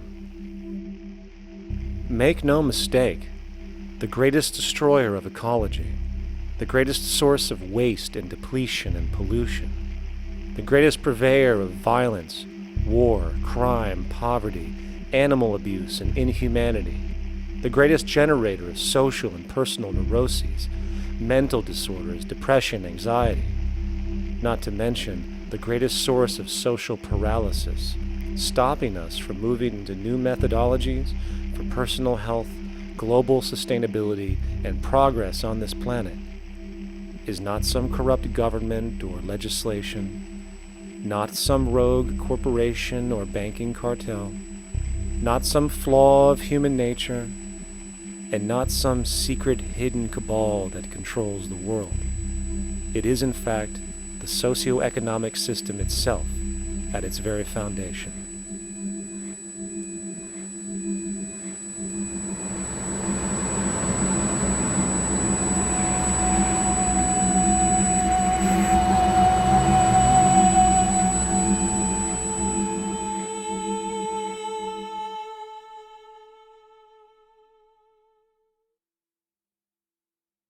Let's imagine for a moment we had the option to redesign human civilization from the ground up. What if, hypothetically speaking, We discovered an exact replica of the planet Earth, and the only difference between this new planet and our current one is that human evolution had not occurred. It was an open palette. No countries, no cities, no pollution, no Republicans, just a pristine, open environment. So, what would we do? Well, first we need a goal, right? And it's safe to say that goal would be to survive. And not to just survive, but to do so in an optimized, healthy, prosperous way. Most people indeed desire to live, and they would prefer to do so without suffering. Therefore, the basis of this civilization needs to be as supportive and hence sustainable for human life as possible, taking into account the material needs of all the world's people while trying to remove anything that could hurt us in the long run. That goal of, say, maximum sustainability understood, the next question regards our method. What kind of approach do we take? Well, let's see. Last I checked, politics was the method of social operation on Earth. So what do the doctrines of the Republicans, liberals, conservatives, or socialists have to say about societal design? Not a damn thing. Okay, then what about religion? Surely the great creator had to have left some blueprint somewhere. No, nothing I can find. Okay then, so what's left? It appears something called science. Science is unique in that its methods demand not only that the ideas proposed be tested and replicated, but everything science comes up with is also inherently falsifiable. In other words, unlike religion and politics, science has no ego, and everything it suggests accepts the possibility of being proven wrong eventually. It holds on to nothing and evolves constantly. Well, that sounds natural enough to me. So then, based on the current state of scientific knowledge in the early 21st century, along with our goal of maximum sustainability for the human population, how do we begin the actual process of construction? Well, the first question to ask, what do we need to survive? The answer, of course, are planetary resources. Whether it is the water we drink, the energy we use, the raw materials we utilize to create tools and shelter, the planet hosts an inventory of resources, many of which are demanded for our survival. So, given that reality, it then becomes critical to figure out what we have and where it is. This means we need to conduct a survey. We simply locate and identify every physical resource on the planet we can, along with the amount available at each location, from the deposits of copper to the most potent locations for wind farms to produce energy, to the natural freshwater springs, to an assessment of the amount of fish in the ocean, to the most prime arable land for food cultivation, etc. But since we humans are going to be consuming these resources over time, we then realize that not only do we need to locate and identify, we also need to track. We need to make sure we don't run out of any of this stuff. That would be bad. And this means not only tracking our rates of use, but the rates of earthly regeneration as well, such as how long it takes for, say, a tree to grow or a spring to replenish. This is called dynamic equilibrium. In other words, if we use up trees faster than they can be grown back, we have a serious problem, for it is unsustainable. So then, how do we track this inventory, especially when we recognize that all of this stuff is scattered everywhere? We have large mineral mines in what we call Africa, energy concentrations in the Middle East, huge tidal power possibilities on the Atlantic coast of North America, the largest supply of fresh water in Brazil, etc. Well, once again, good old science has a suggestion. It's called systems theory. Systems theory recognizes that the fabric of the natural world, from human biology to the earthly biosphere to the gravitational pull of the solar system itself, is one huge synergistically connected system, fully interlinked. Just as human cells connect to form our organs, and the organs connect to form our bodies, and since our bodies cannot live without the earthly resources of food, air, and water, we are intrinsically connected to the earth, and so on. So, as nature suggests, we take all of this inventory and tracking data and create a system to manage it. A global resource management system, in fact, to account for every relevant resource on the planet. There is simply no logical alternative if our goal as a species is survival in the long run. We have to keep track as a whole. That understood, we can now consider production. How do we use all this stuff? What will our process of production be, and what do we need to consider to make sure it is as optimized as possible to maximize our sustainability? Well, the first thing that jumps right out at us is the fact that we need to constantly try and preserve. The planet's resources are essentially finite, so it is important that we be strategic. Strategic preservation is key. The second thing we recognize is that some resources are really not as good as others in their performance. In fact, some of this stuff, when put into use, has a terrible effect on the environment, which invariably hinders our own health. For example, oil and fossil fuels, no matter how you cut it, release some pretty destructive agents into the environment. Therefore, it is critical we do our best to use such things only when we really have to, if at all. Fortunately for us, we see a ton of solar, wind, tidal, wave, heat differential, and geothermal possibilities for energy production, so we can strategize objectively about what we use and where to avoid what could be called negative retroactions, or anything that results from production or use that damages the environment and hence ourselves. We will call this strategic safety to couple in with our strategic preservation. But production strategies do not stop there. We are going to need an efficiency strategy for the actual mechanics of production itself. And what we find is that there are roughly 3 specific protocols we must adhere to. 1. Every good we produce must be designed to last as long as possible. Naturally, the more things break down, the more resources we are going to need to replace them, and the more waste produced. 2. When things do break down or are no longer usable for whatever reason, it is critical that we harvest or recycle as much as we possibly can. So the production design must take this into account directly at the very earliest stages. 3. Quickly evolving technologies, such as electronics, which are subject to the fastest rates of technological obsolescence, would need to be designed to foreshadow and accommodate physical updates. The last thing we want to do is throw away an entire computer system just because it has only one broken part or is outdated. So we simply design the components to be easily updated, part by part, standardized and universally interchangeable, foreshadowed by the current trend of technological change. And when we realize that the mechanisms of strategic preservation, strategic safety, and strategic efficiency are purely technical considerations, devoid of any human opinion or bias, we simply program these strategies into a computer which can weigh and calculate all the relevant variables, allowing us to always arrive at the absolute best method for sustainable production based on current understandings. And while that might sound complex, all it is a glorified calculator. Not to mention such multivariate decision-making and monitoring systems are already used across the world today for isolated purposes. It is simply a process of scaling it out.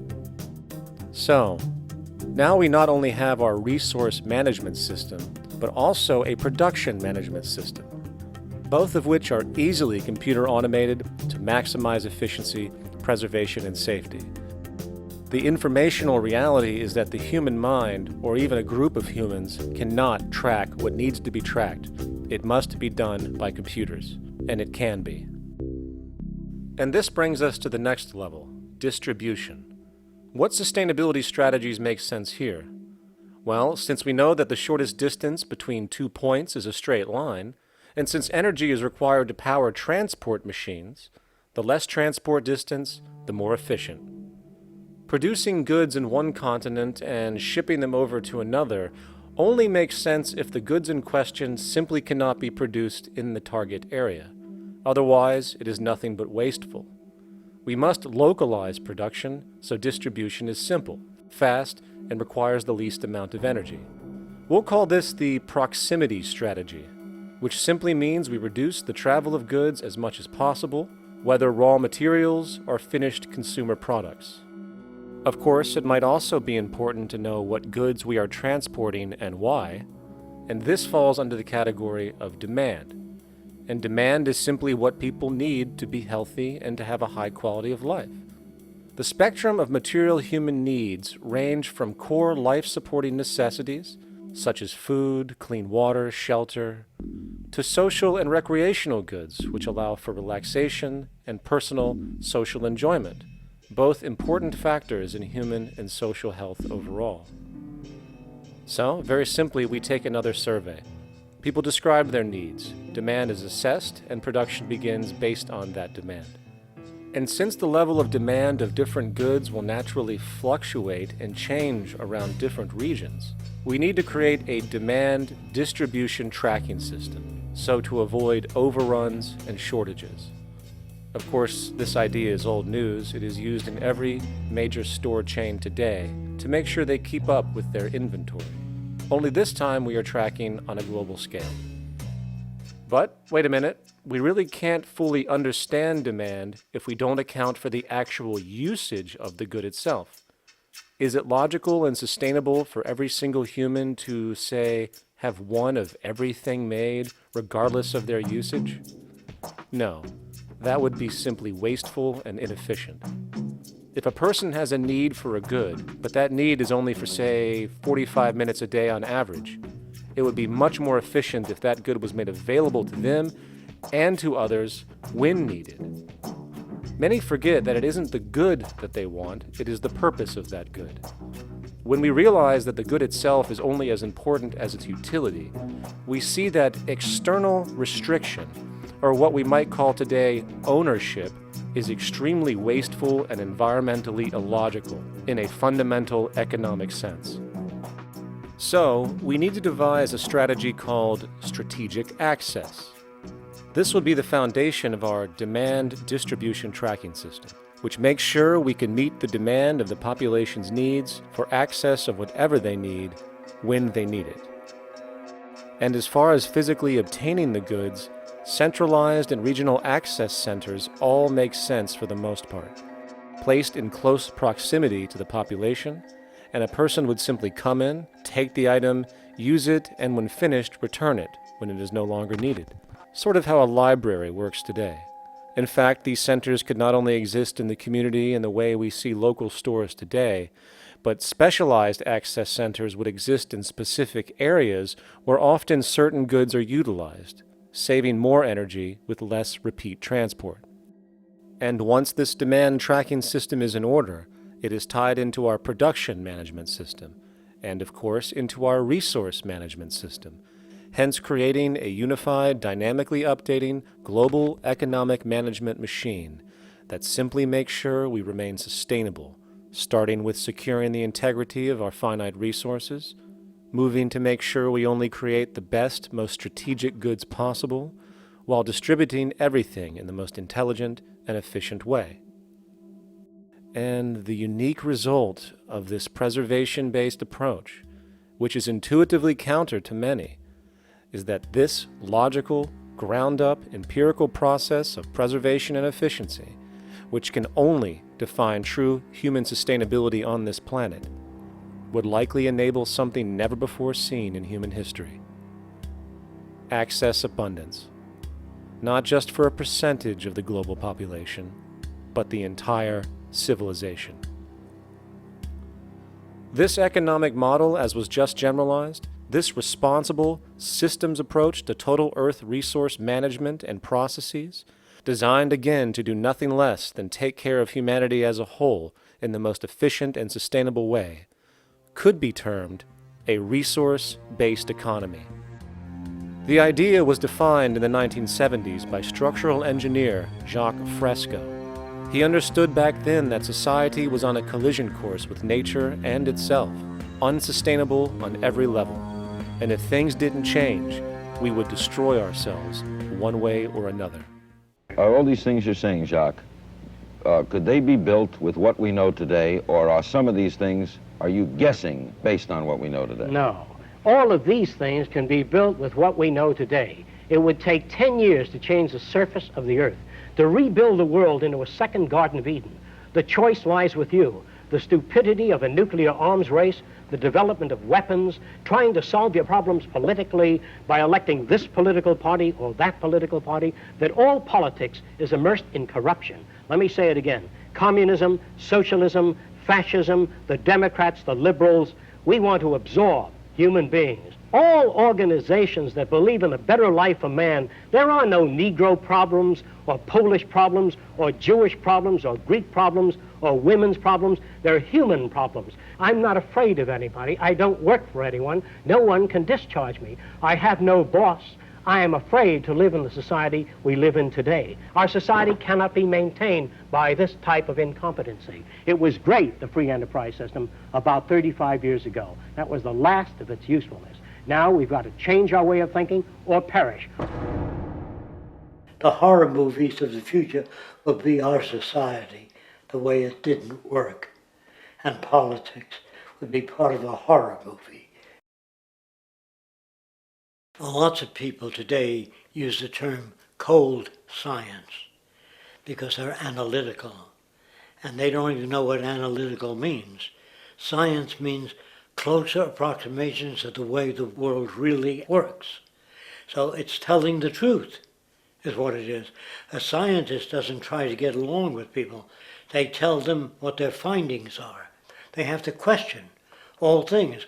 And if some scientist comes up with an experiment that shows certain materials have certain strength, other scientists have to be able to duplicate that experiment and come up with the same results. Even if a scientist feels that an airplane wing, due to mathematics or calculations, can hold up a given amount of weight, they still pile sandbags on it to see when it breaks. And they say, you know, my calculations are right, or they're not correct. I love that system because it's free of bias and free of thinking that math can solve all the problems. You have to put your math to test also. I think that every system that can be put to test should be put to test, and that all decisions should be based upon research.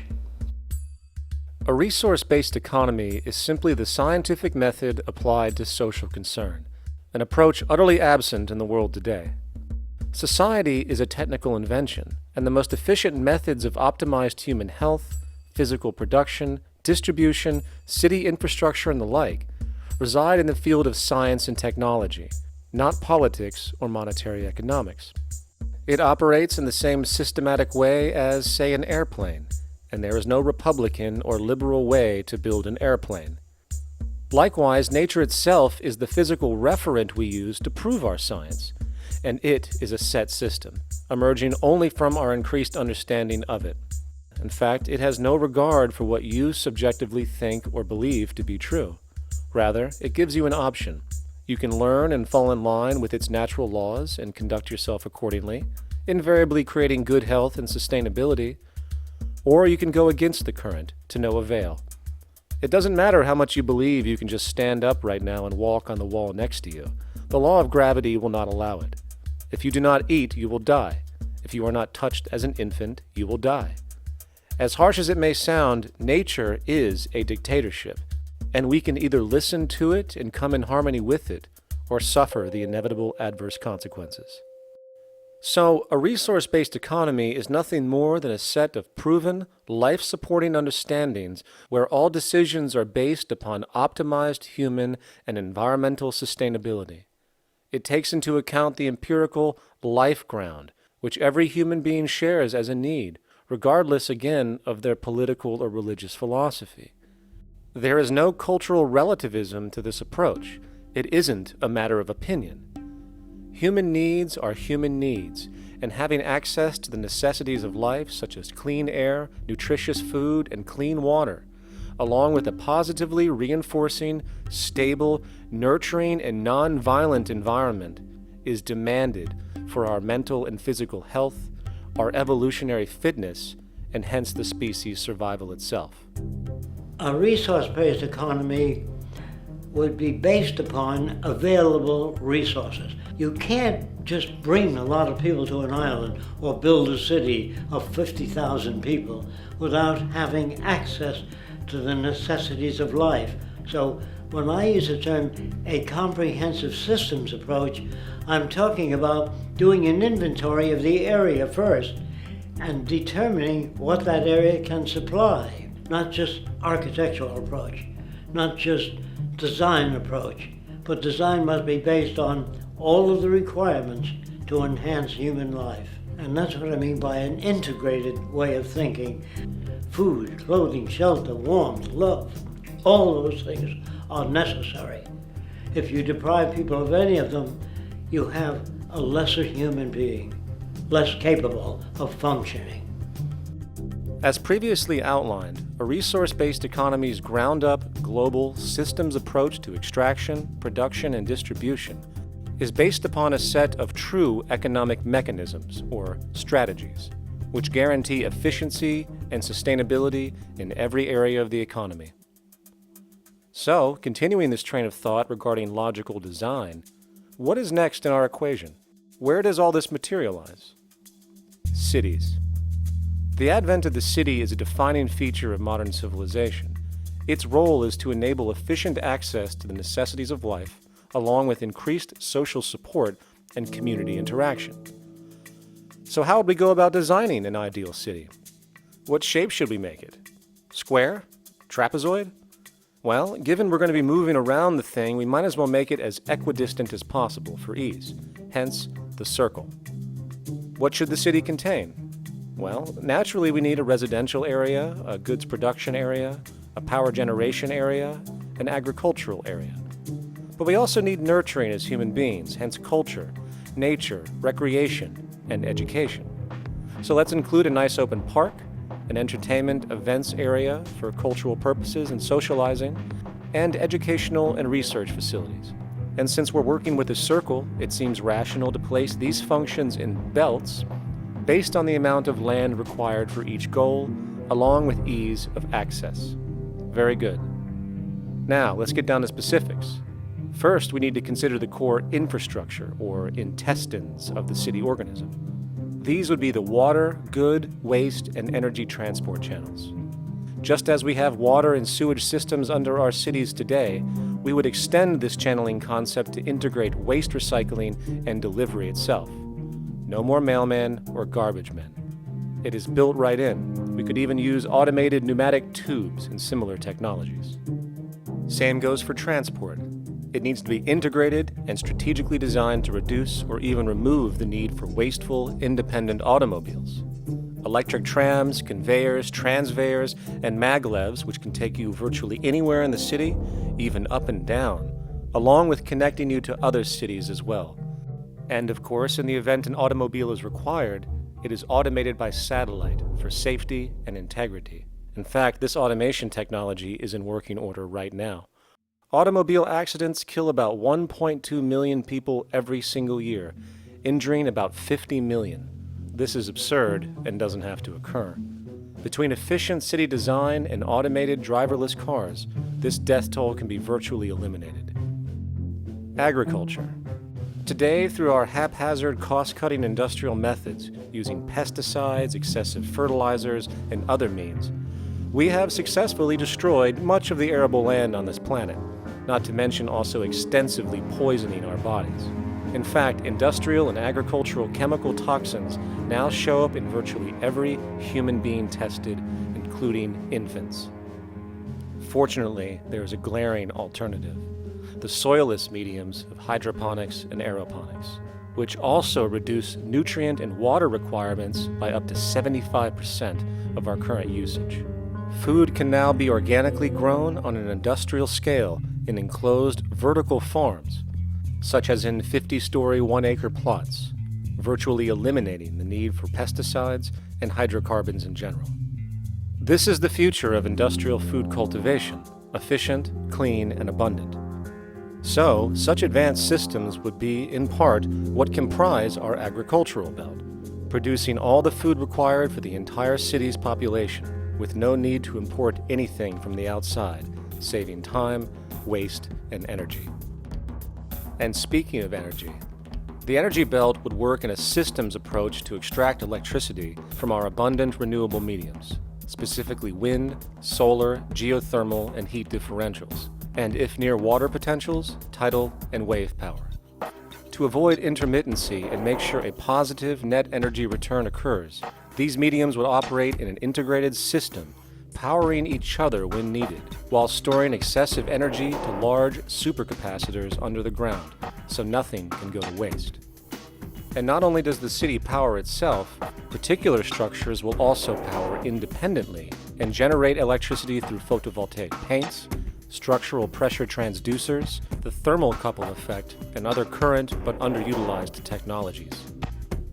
But of course, this begs the question, how does this technology and goods in general get created in the first place? This brings us to production. The industrial belt, apart from having hospitals and the like, would be the hub of factory production. Completely localized overall, it would of course obtain raw materials by way of the global resource management system just discussed, with demand being generated by the population of the city itself. As far as the mechanics of production, we need to discuss a new, powerful phenomenon which was sparked very recently in human history and is on pace to changing everything. It's called mechanization, or the automation of labor. Well, if you look around you, you'll notice that almost everything that we use today is built automatically. Your shoes, your clothes, your home appliances, your car, and so on. They are all built by machines in an automatic way. Can we say that the society has not been influenced by these major technological advancements? Of course not. These systems really dictate new structures and new needs, and they make a lot of other things obsolete. So we've been going up in the development and use of technology in an exponential way. So definitely automation is going to continue. You cannot stop technologies that just make sense. Labor automation through technology is at the bottom of every major social transformation in human history. From the agricultural revolution and the invention of the plow, to the industrial revolution and the invention of the powered machine, to the information age we live in now through essentially the invention of advanced electronics and computers. And with regard to advanced production methods today, mechanization is now evolving on its own, moving away from the traditional method of assembling component parts into a configuration into an advanced method of creating entire products in one single process. Like most engineers, I'm fascinated by biology because it's so full of examples of extraordinary pieces of engineering. And absolutely, what biology is the study of things that copy themselves. Of course, that's good a definition of life as we've got. Again, as an engineer, I've always been intrigued by the idea of machines that would copy themselves. RepRap is a three-dimensional printer. That's to say, it's a printer that you plug into a computer, and instead of making two-dimensional sheets of paper with patterns on, it makes real, physical, three-dimensional objects. Now, there's nothing new about that. 3D printers have been around for about 30 years. Big thing about RepRap is that it prints most of its own parts. So if you've got one, you can make another one and give it to a friend, as well as being able to print lots of useful things. From the simple printing of basic household goods in your home, to the printing of an entire automobile body in one swoop, advanced automated 3D printing now has the potential to transform virtually every field of production, including home construction. Contour crafting is actually a fabrication technology. The so-called 3D printing, when you directly build a 3D object from a computer model. Using contour crafting, it will be possible to build a 2,000 square foot home entirely by the machine in one day. The reason that people are interested in automating construction is that it really brings a lot of benefits. For example, construction is pretty labor intensive, and although it provides job for a sector of the society, it also has issues and complications. For example, construction is the most dangerous job that there is. It is worse than mining and agriculture. It has got the highest level of fatality almost in every country. Another issue is the waste. An average home in the United States has 3 to 7 tons of waste. So this is huge if we look at the impact of construction and knowing that about 40% of all materials in the world are used in construction. So big waste of energy and resources and big damage to the environment as well.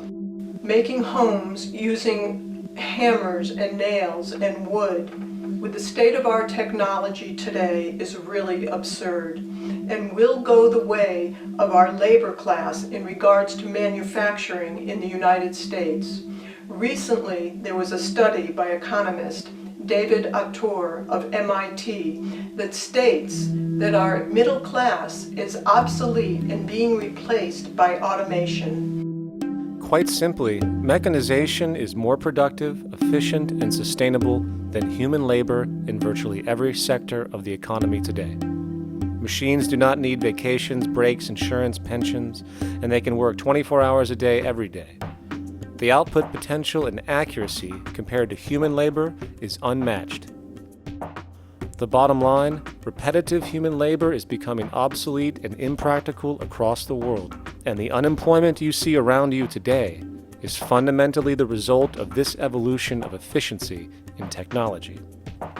For years, market economists have dismissed this growing pattern, which could be called technological unemployment, because of the fact that new sectors always seem to emerge to reabsorb the displaced workers.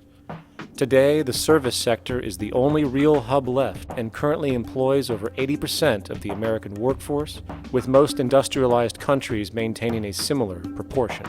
However, this sector is now being challenged increasingly by automated kiosks, automated restaurants, and even automated stores.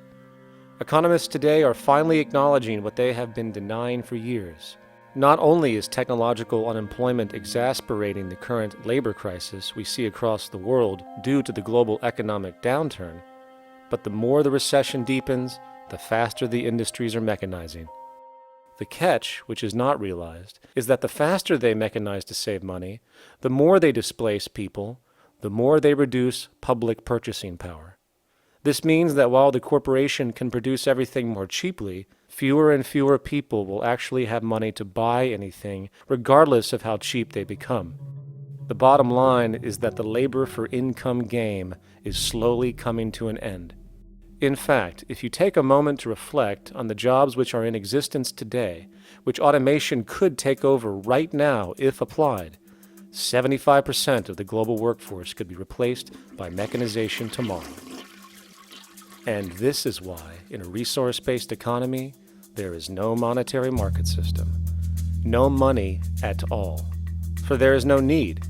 A resource-based economy recognizes the efficiency of mechanization and accepts it for what it offers. It doesn't fight it like we do today. Why? Because it is irresponsible not to, given any interest in efficiency and sustainability. And this brings us back to our city system. In the center is the Central Dome, which not only houses the educational facilities and transportation hub, it also hosts the mainframe that runs the city's technical operations. The city is, in fact, one big automated machine. It has sensors in all technical belts to track the progress of agriculture, energy gathering, production, distribution, and the like. Now, would people be needed to oversee these operations in the event of a malfunction or the like? Most probably yes, but that number would decrease over time as improvements continue. However, as of today, maybe 3% of the city population would be needed for this job when you break it down. And I can assure you that in an economic system which is actually designed to take care of you and secure your well-being, without you having to submit to a private dictatorship on a daily basis, usually to a job that is either technically unnecessary or socially pointless, while often struggling with debt that doesn't exist just to make ends meet. I guarantee you people will volunteer their time left and right to maintain and improve a system that actually takes care of them. And coupled with this issue of incentive comes the common assumption that if there isn't some external pressure for one to work for a living, People will just sit around, do nothing, and turn into fat, lazy blobs. This is nonsense.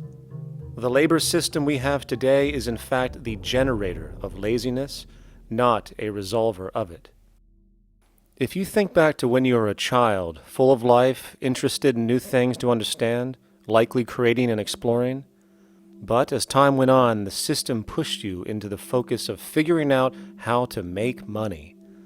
And from early education to study at a university, you are narrowed, only to emerge as a creature which serves as a cog in a wheel in a model that sends all the fruits to the upper 1%. Scientific studies have now shown that people are, in fact, not motivated by monetary reward when it comes to ingenuity and creation. The creation itself is the reward.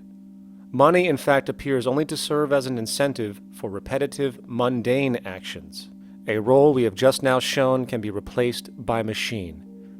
So when it comes to innovation, the actual use of the human mind, the monetary incentive has proven to be a hindrance, interfering and detracting from creative thought. And this might explain why Nikola Tesla, the Wright brothers, and other inventors who contributed massively to our current world never showed a monetary incentive to do so. Money is, in fact, a false incentive and causes 100 times more distortion than it does contribution. Good morning, class. Please settle down. The first thing I would like to do is go around the room and ask what everyone would like to be when they grow up. Who'd like to go first? Okay, how about you, Sarah? When I grow up, I want to work at McDonald's like my mom. Oh, family tradition, eh? How about you, Linda? When I grow up, I'm going to be a prostitute on the streets of New York City. Oh, glamour girl, huh? Very ambitious. How about you, Tommy? When I grow up, I'm gonna be a rich, elitist businessman who works on Wall Street and profits off of the collapse of foreign economies. Enterprising, and great to see some multicultural interest. As stated before, a resource-based economy applies the scientific method to social concern, and this isn't limited to simply technical efficiency. It also has the consideration of human and social well-being directly and what comprises it. What good is a social system if, in the end, it doesn't produce happiness and peaceful coexistence? So it is important to point out that with the removal of the money system and the necessities of life provided, we would see a global reduction in crime by about 95% almost immediately, for there is nothing to steal, embezzle, scam, or the like. 95% of all people in prisons today are there due to some monetary-related crime or drug abuse, and drug abuse is a disorder, not a crime. So what about the other 5%, the truly violent, often seeming to some as being violent for the sake of being violent? Are they just evil people? The reason that I frankly think it's a waste of time to engage in moral value judgments about people's violence is because it doesn't advance by one iota our understanding of either the causes or the prevention of the violent behavior. People sometimes ask if I believe in forgiving criminals. My answer to that is, no, I don't believe in forgiveness any more than I believe in condemnation. It's only if we as a society can take the same attitude of treating violence as a problem in public health and preventive medicine rather than as a moral evil, it's only when we make that change in our own attitudes and assumptions and values that we will actually succeed in reducing the level of violence rather than stimulating it, which is what we do now. The more justice you seek, the more hurt you become, because there's no such thing as justice. There is whatever there is out there. That's it. In other words, if people are conditioned to be racist and bigots, if they're brought up in an environment that advocates that, why do you blame the person for it? They're a victim of a subculture. Therefore, they have to be helped. The point is, we have to redesign the environment that produces aberrant behavior, That's the problem, not putting a person in jail. That's why judges, lawyers, freedom of choice, such concepts are dangerous because it gives you misinformation that the person is bad or that person is a serial killer.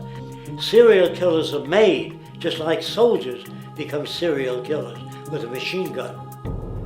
They become killing machines, but nobody looks at them as murderers or assassins because that's natural. So we blame people. We say, well, this guy was a Nazi, he tortured Jews. No, he was brought up to torture Jews. Once you accept the fact that people have individual choices and they're free to make those choices, free to make choices means without being influenced. And I can't understand that at all. All of us are influenced in all our choices by the culture we live in, by our parents, and by the values that dominate. So we're influenced. So there can't be free choices. What's the greatest country in the world? The true answer, I haven't been all over the world, and I don't know enough about different cultures to answer that question. I don't know anybody that speaks that way. They say, good old USA, the greatest country in the world. There's no survey. Have you been to India? No. Have you been to England? No. Have you been to France? No. What do you make your assumptions on? They can't answer. They get mad at you. They say, well, goddamn it, who the hell are you to tell me what to think? You know, don't forget, you're dealing with aberrated people. They're not responsible for their answers. They're victims of culture. That means they've been influenced by their culture.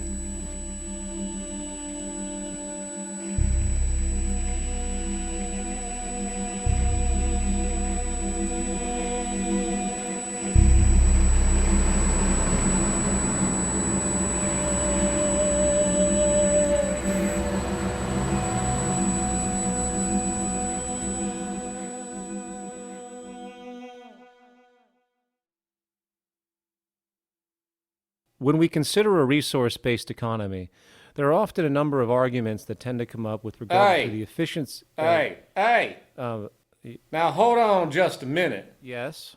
I know what this is. This is called Marxism, buddy. Stalin killed 800 billion people because of ideas like this. My father died in the gulag. Hold on. Communist, fascist. You don't like America, you should just leave. All right, everybody just calm down. Death to the New World Order. Death to the New World Order. And as the irrationality of the audience grew, shocked and confused, suddenly the narrator suffered a fatal heart attack. And the seemingly communist propaganda film was no more.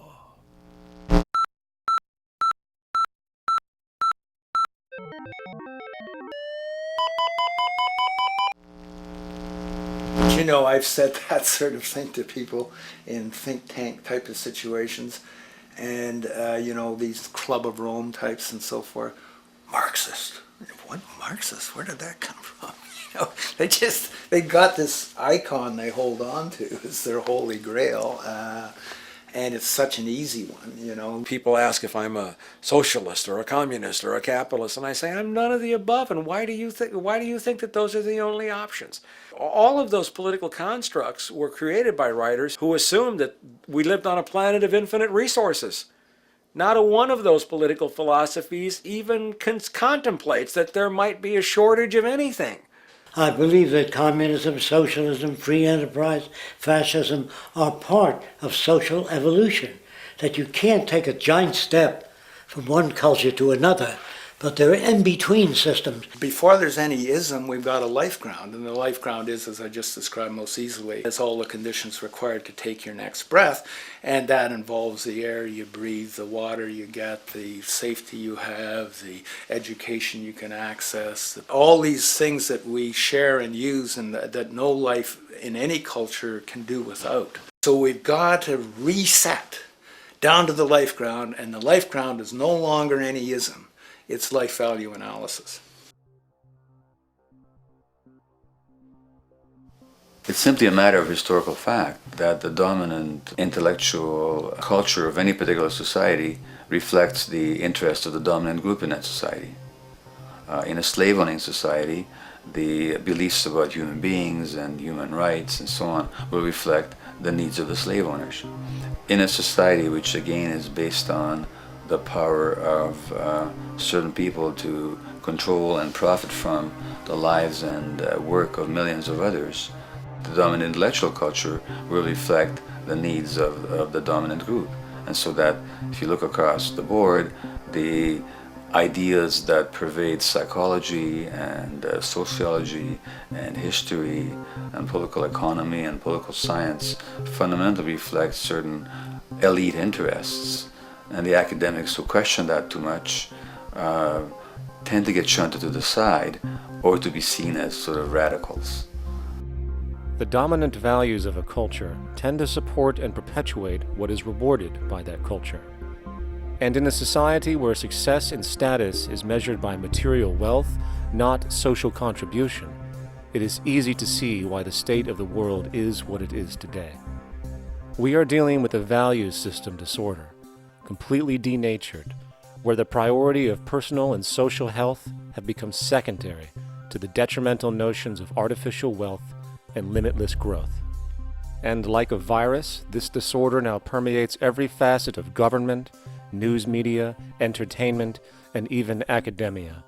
And built into its structure are mechanisms of protection from anything that might interfere. Disciples of the monetary market religion, the self-appointed guardians of the status quo, constantly seek out ways to avoid any form of thought which might interfere with their beliefs, the most common of which are projected dualities. If you are not a Republican, you must be a Democrat. If you are not a Christian, you might be a Satanist.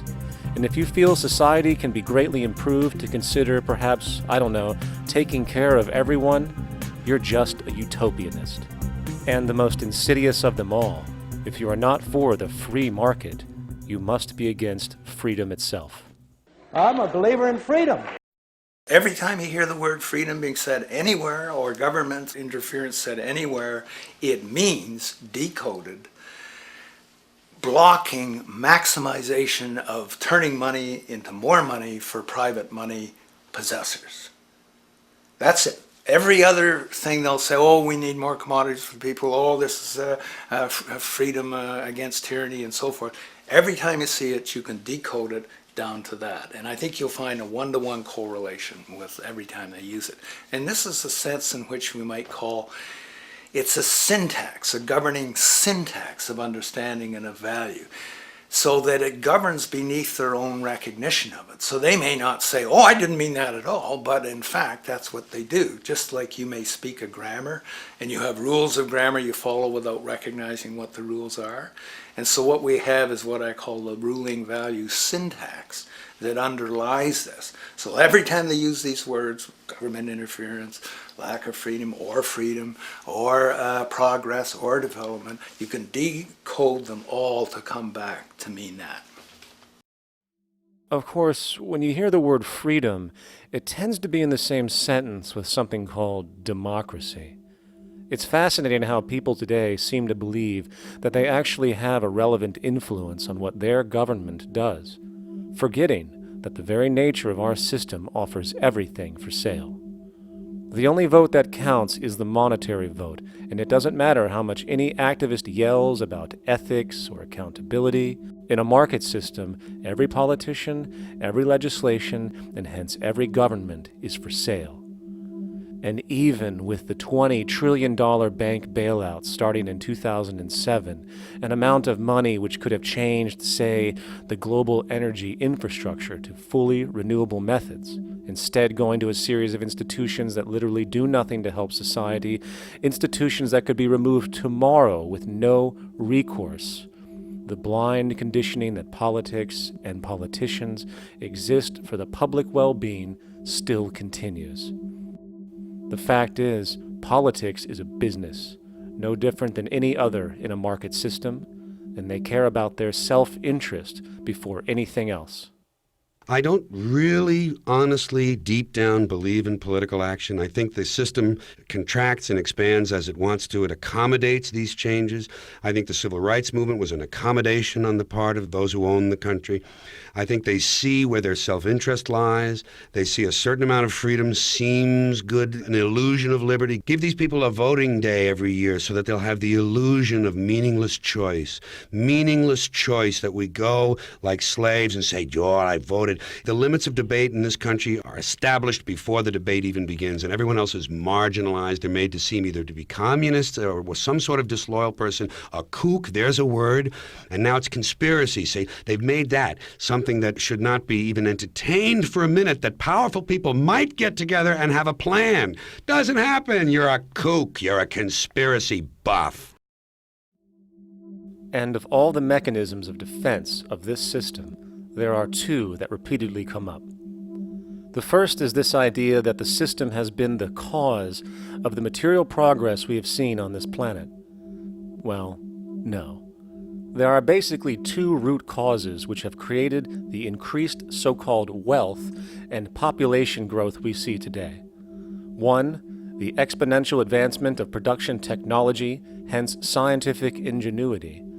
And two, the initial discovery of abundant hydrocarbon energy, which is currently the foundation of the entire socioeconomic system. The free market, capitalist, monetary market system, whatever you want to call it, has done nothing but ride the wave of these advents with a distorted incentive system and a haphazard, grossly unequal method of utilizing and distributing those fruits.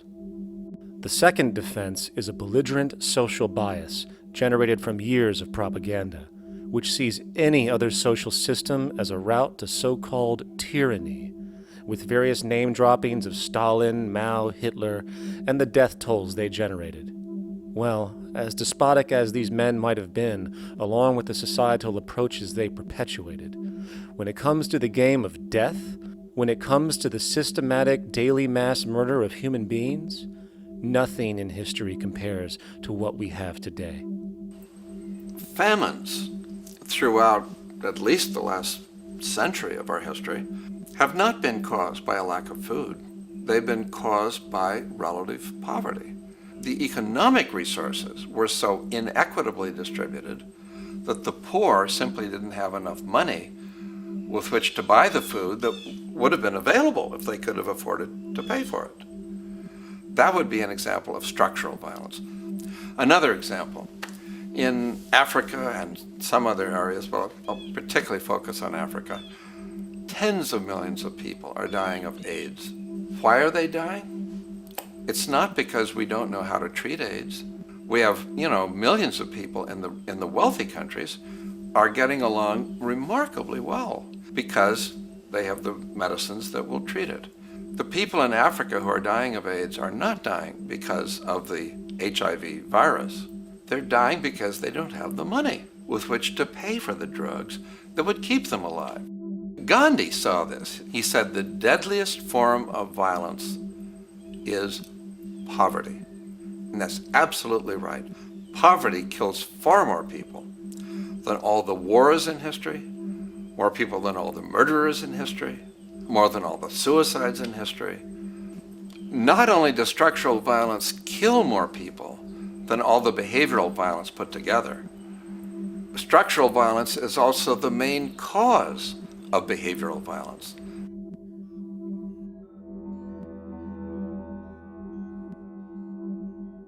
Oil is the foundation of, and it is present throughout the edifice of human civilization. There are 10 calories of hydrocarbon energy, oil and natural gas, in every calorie of food you and I eat in the industrialized world. Fertilizers are made from natural gas. Pesticides are made from oil. You drive oil-powered machines to plant, plow, irrigate, harvest, transport, package. You wrap the food in plastic, that's oil. All plastic is oil. There are 7 gallons of oil in every tire.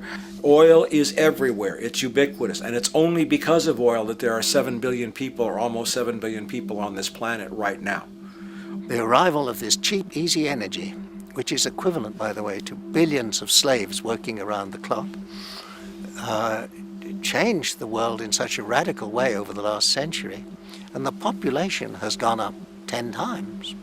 But by 2050, oil supply is able to support less than half the present world's population in their present way of life.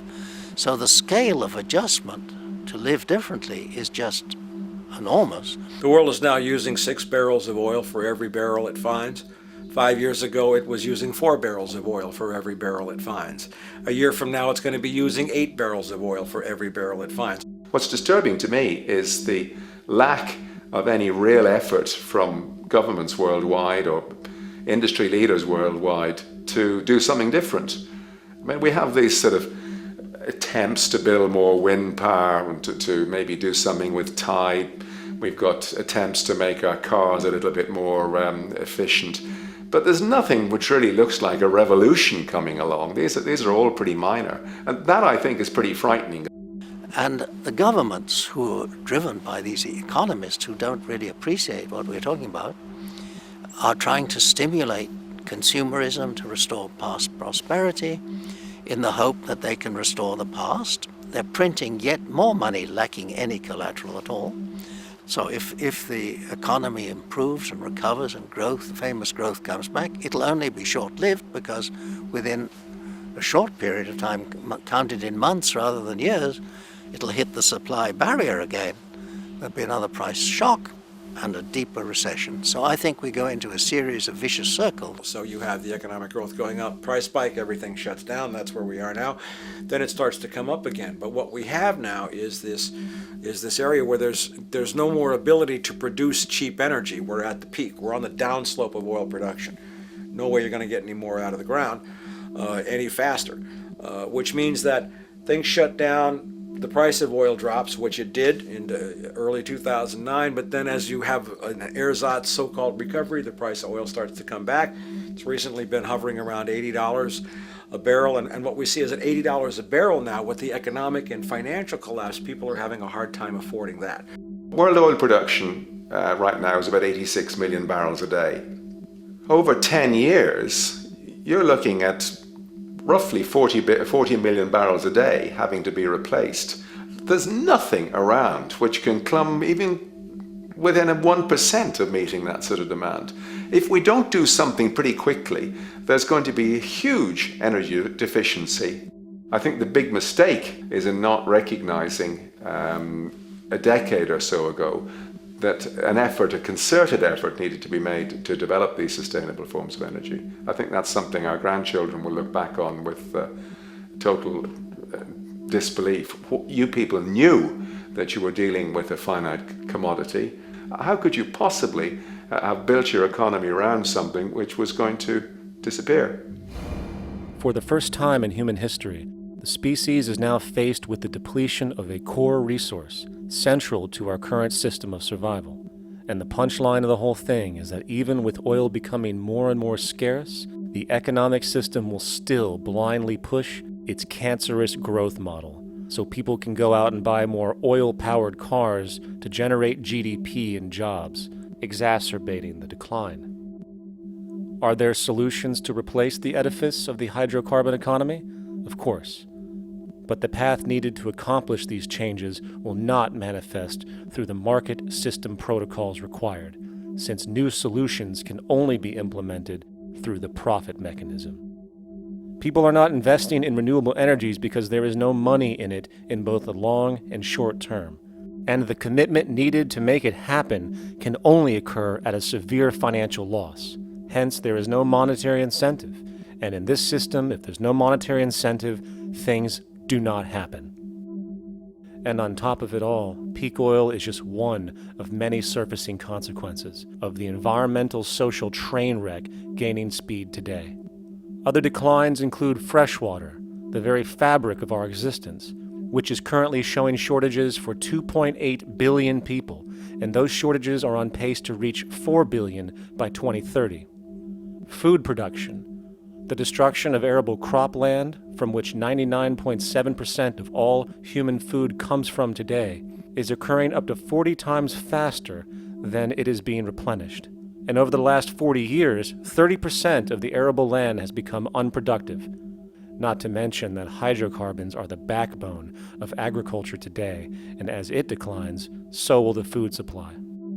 As far as resources in general, at our current patterns of consumption, by 2030 we will need 2 planets to continue our rates, not to mention the continual destruction of life-supporting biodiversity, causing extinction spasms and environmental destabilization across the globe. And with all of these declines, we have the near exponential population growth, where by 2030 there might be over 8 billion people on this planet. Energy production alone would need to increase 44% by 2030 to meet such demand. And again, since money is the only initiator of action, are we to expect that any country on the planet is going to be able to afford the massive changes needed to revolutionize agriculture, water processing, energy production, and the like, when the global debt pyramid scheme is slowly shutting the entire world down? Not to mention the fact that the unemployment you currently see is going to become normality due to the nature of technological unemployment. The jobs are not coming back. And finally, a broad social perspective. From 1970 to 2010, poverty on this planet doubled due to this system. And given our current state, do you honestly think we will see anything less than more doubling, more suffering, and more mass starvation? There is not going to be any recovery. This is not some long depression that we're someday going to pull out of. I think the next phase we're going to see after the next round of economic collapse is massive civil unrest, when employment checks stop being paid because the states have no money left. And when things get so bad that people lose confidence in their elected leaders, they will demand change if we don't kill each other in the process or destroy the environment. I'm just afraid that we might get to the point of no return. And that bothers me no end. We do all we can to avoid that condition. It's clear that we're on the verge of a great transition in human life.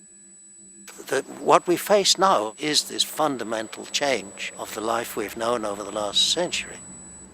There has to be a link between the economy and the resources of this planet, the resources being, of course, all animal and plant life, the health of the oceans and everything else. This is a monetary paradigm that will not let go until it's killed the last human being. The in-group will do all it can to stay in power. And that's what you got to keep in mind. They'll use the Army and Navy and lies or whatever they have to use to keep in power. They're not about to give it up because they don't know of any other system that will perpetuate their kind.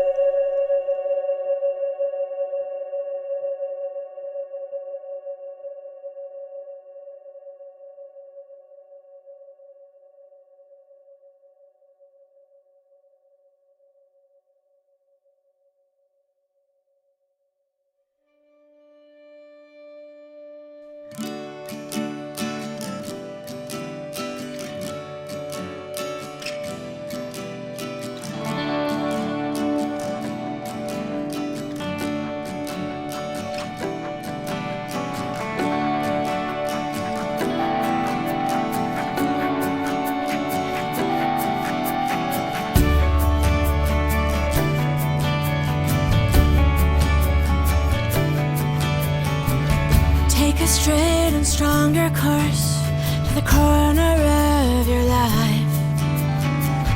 Just remember that the goal is for us all to capture all we want.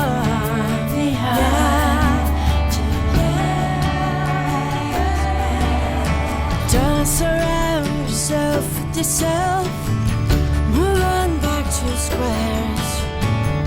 Send an instant karma to me, and I shall live with love and care for yourself. 'Cause it's time, this time and time with your time, and its news is captured for the Queen to use.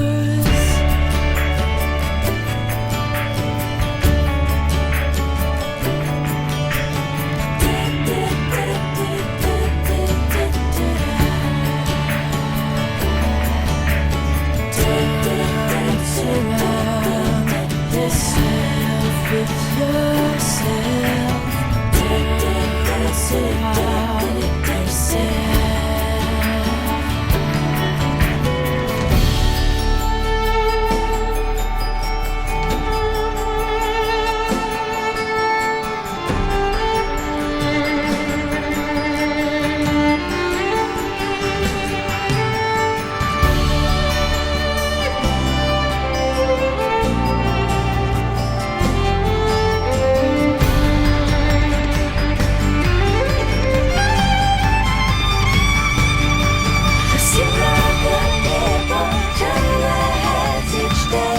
Satisfied, I'm on my way.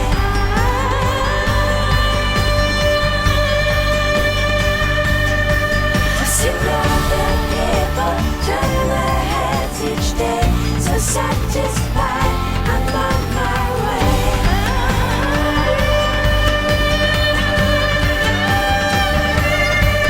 see all the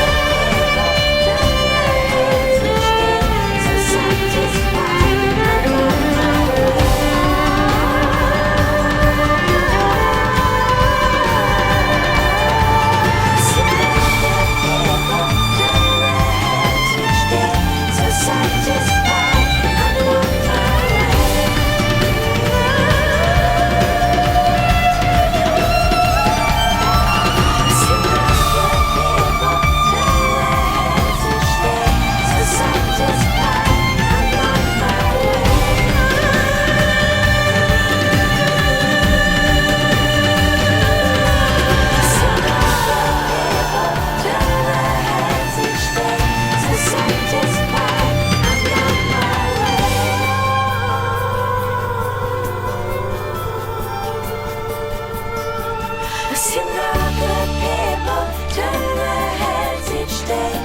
Satisfied, I'm on my way.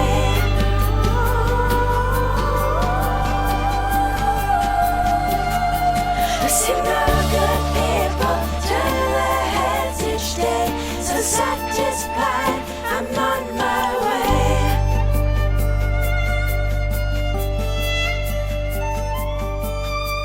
I see no good people turn their heads each day.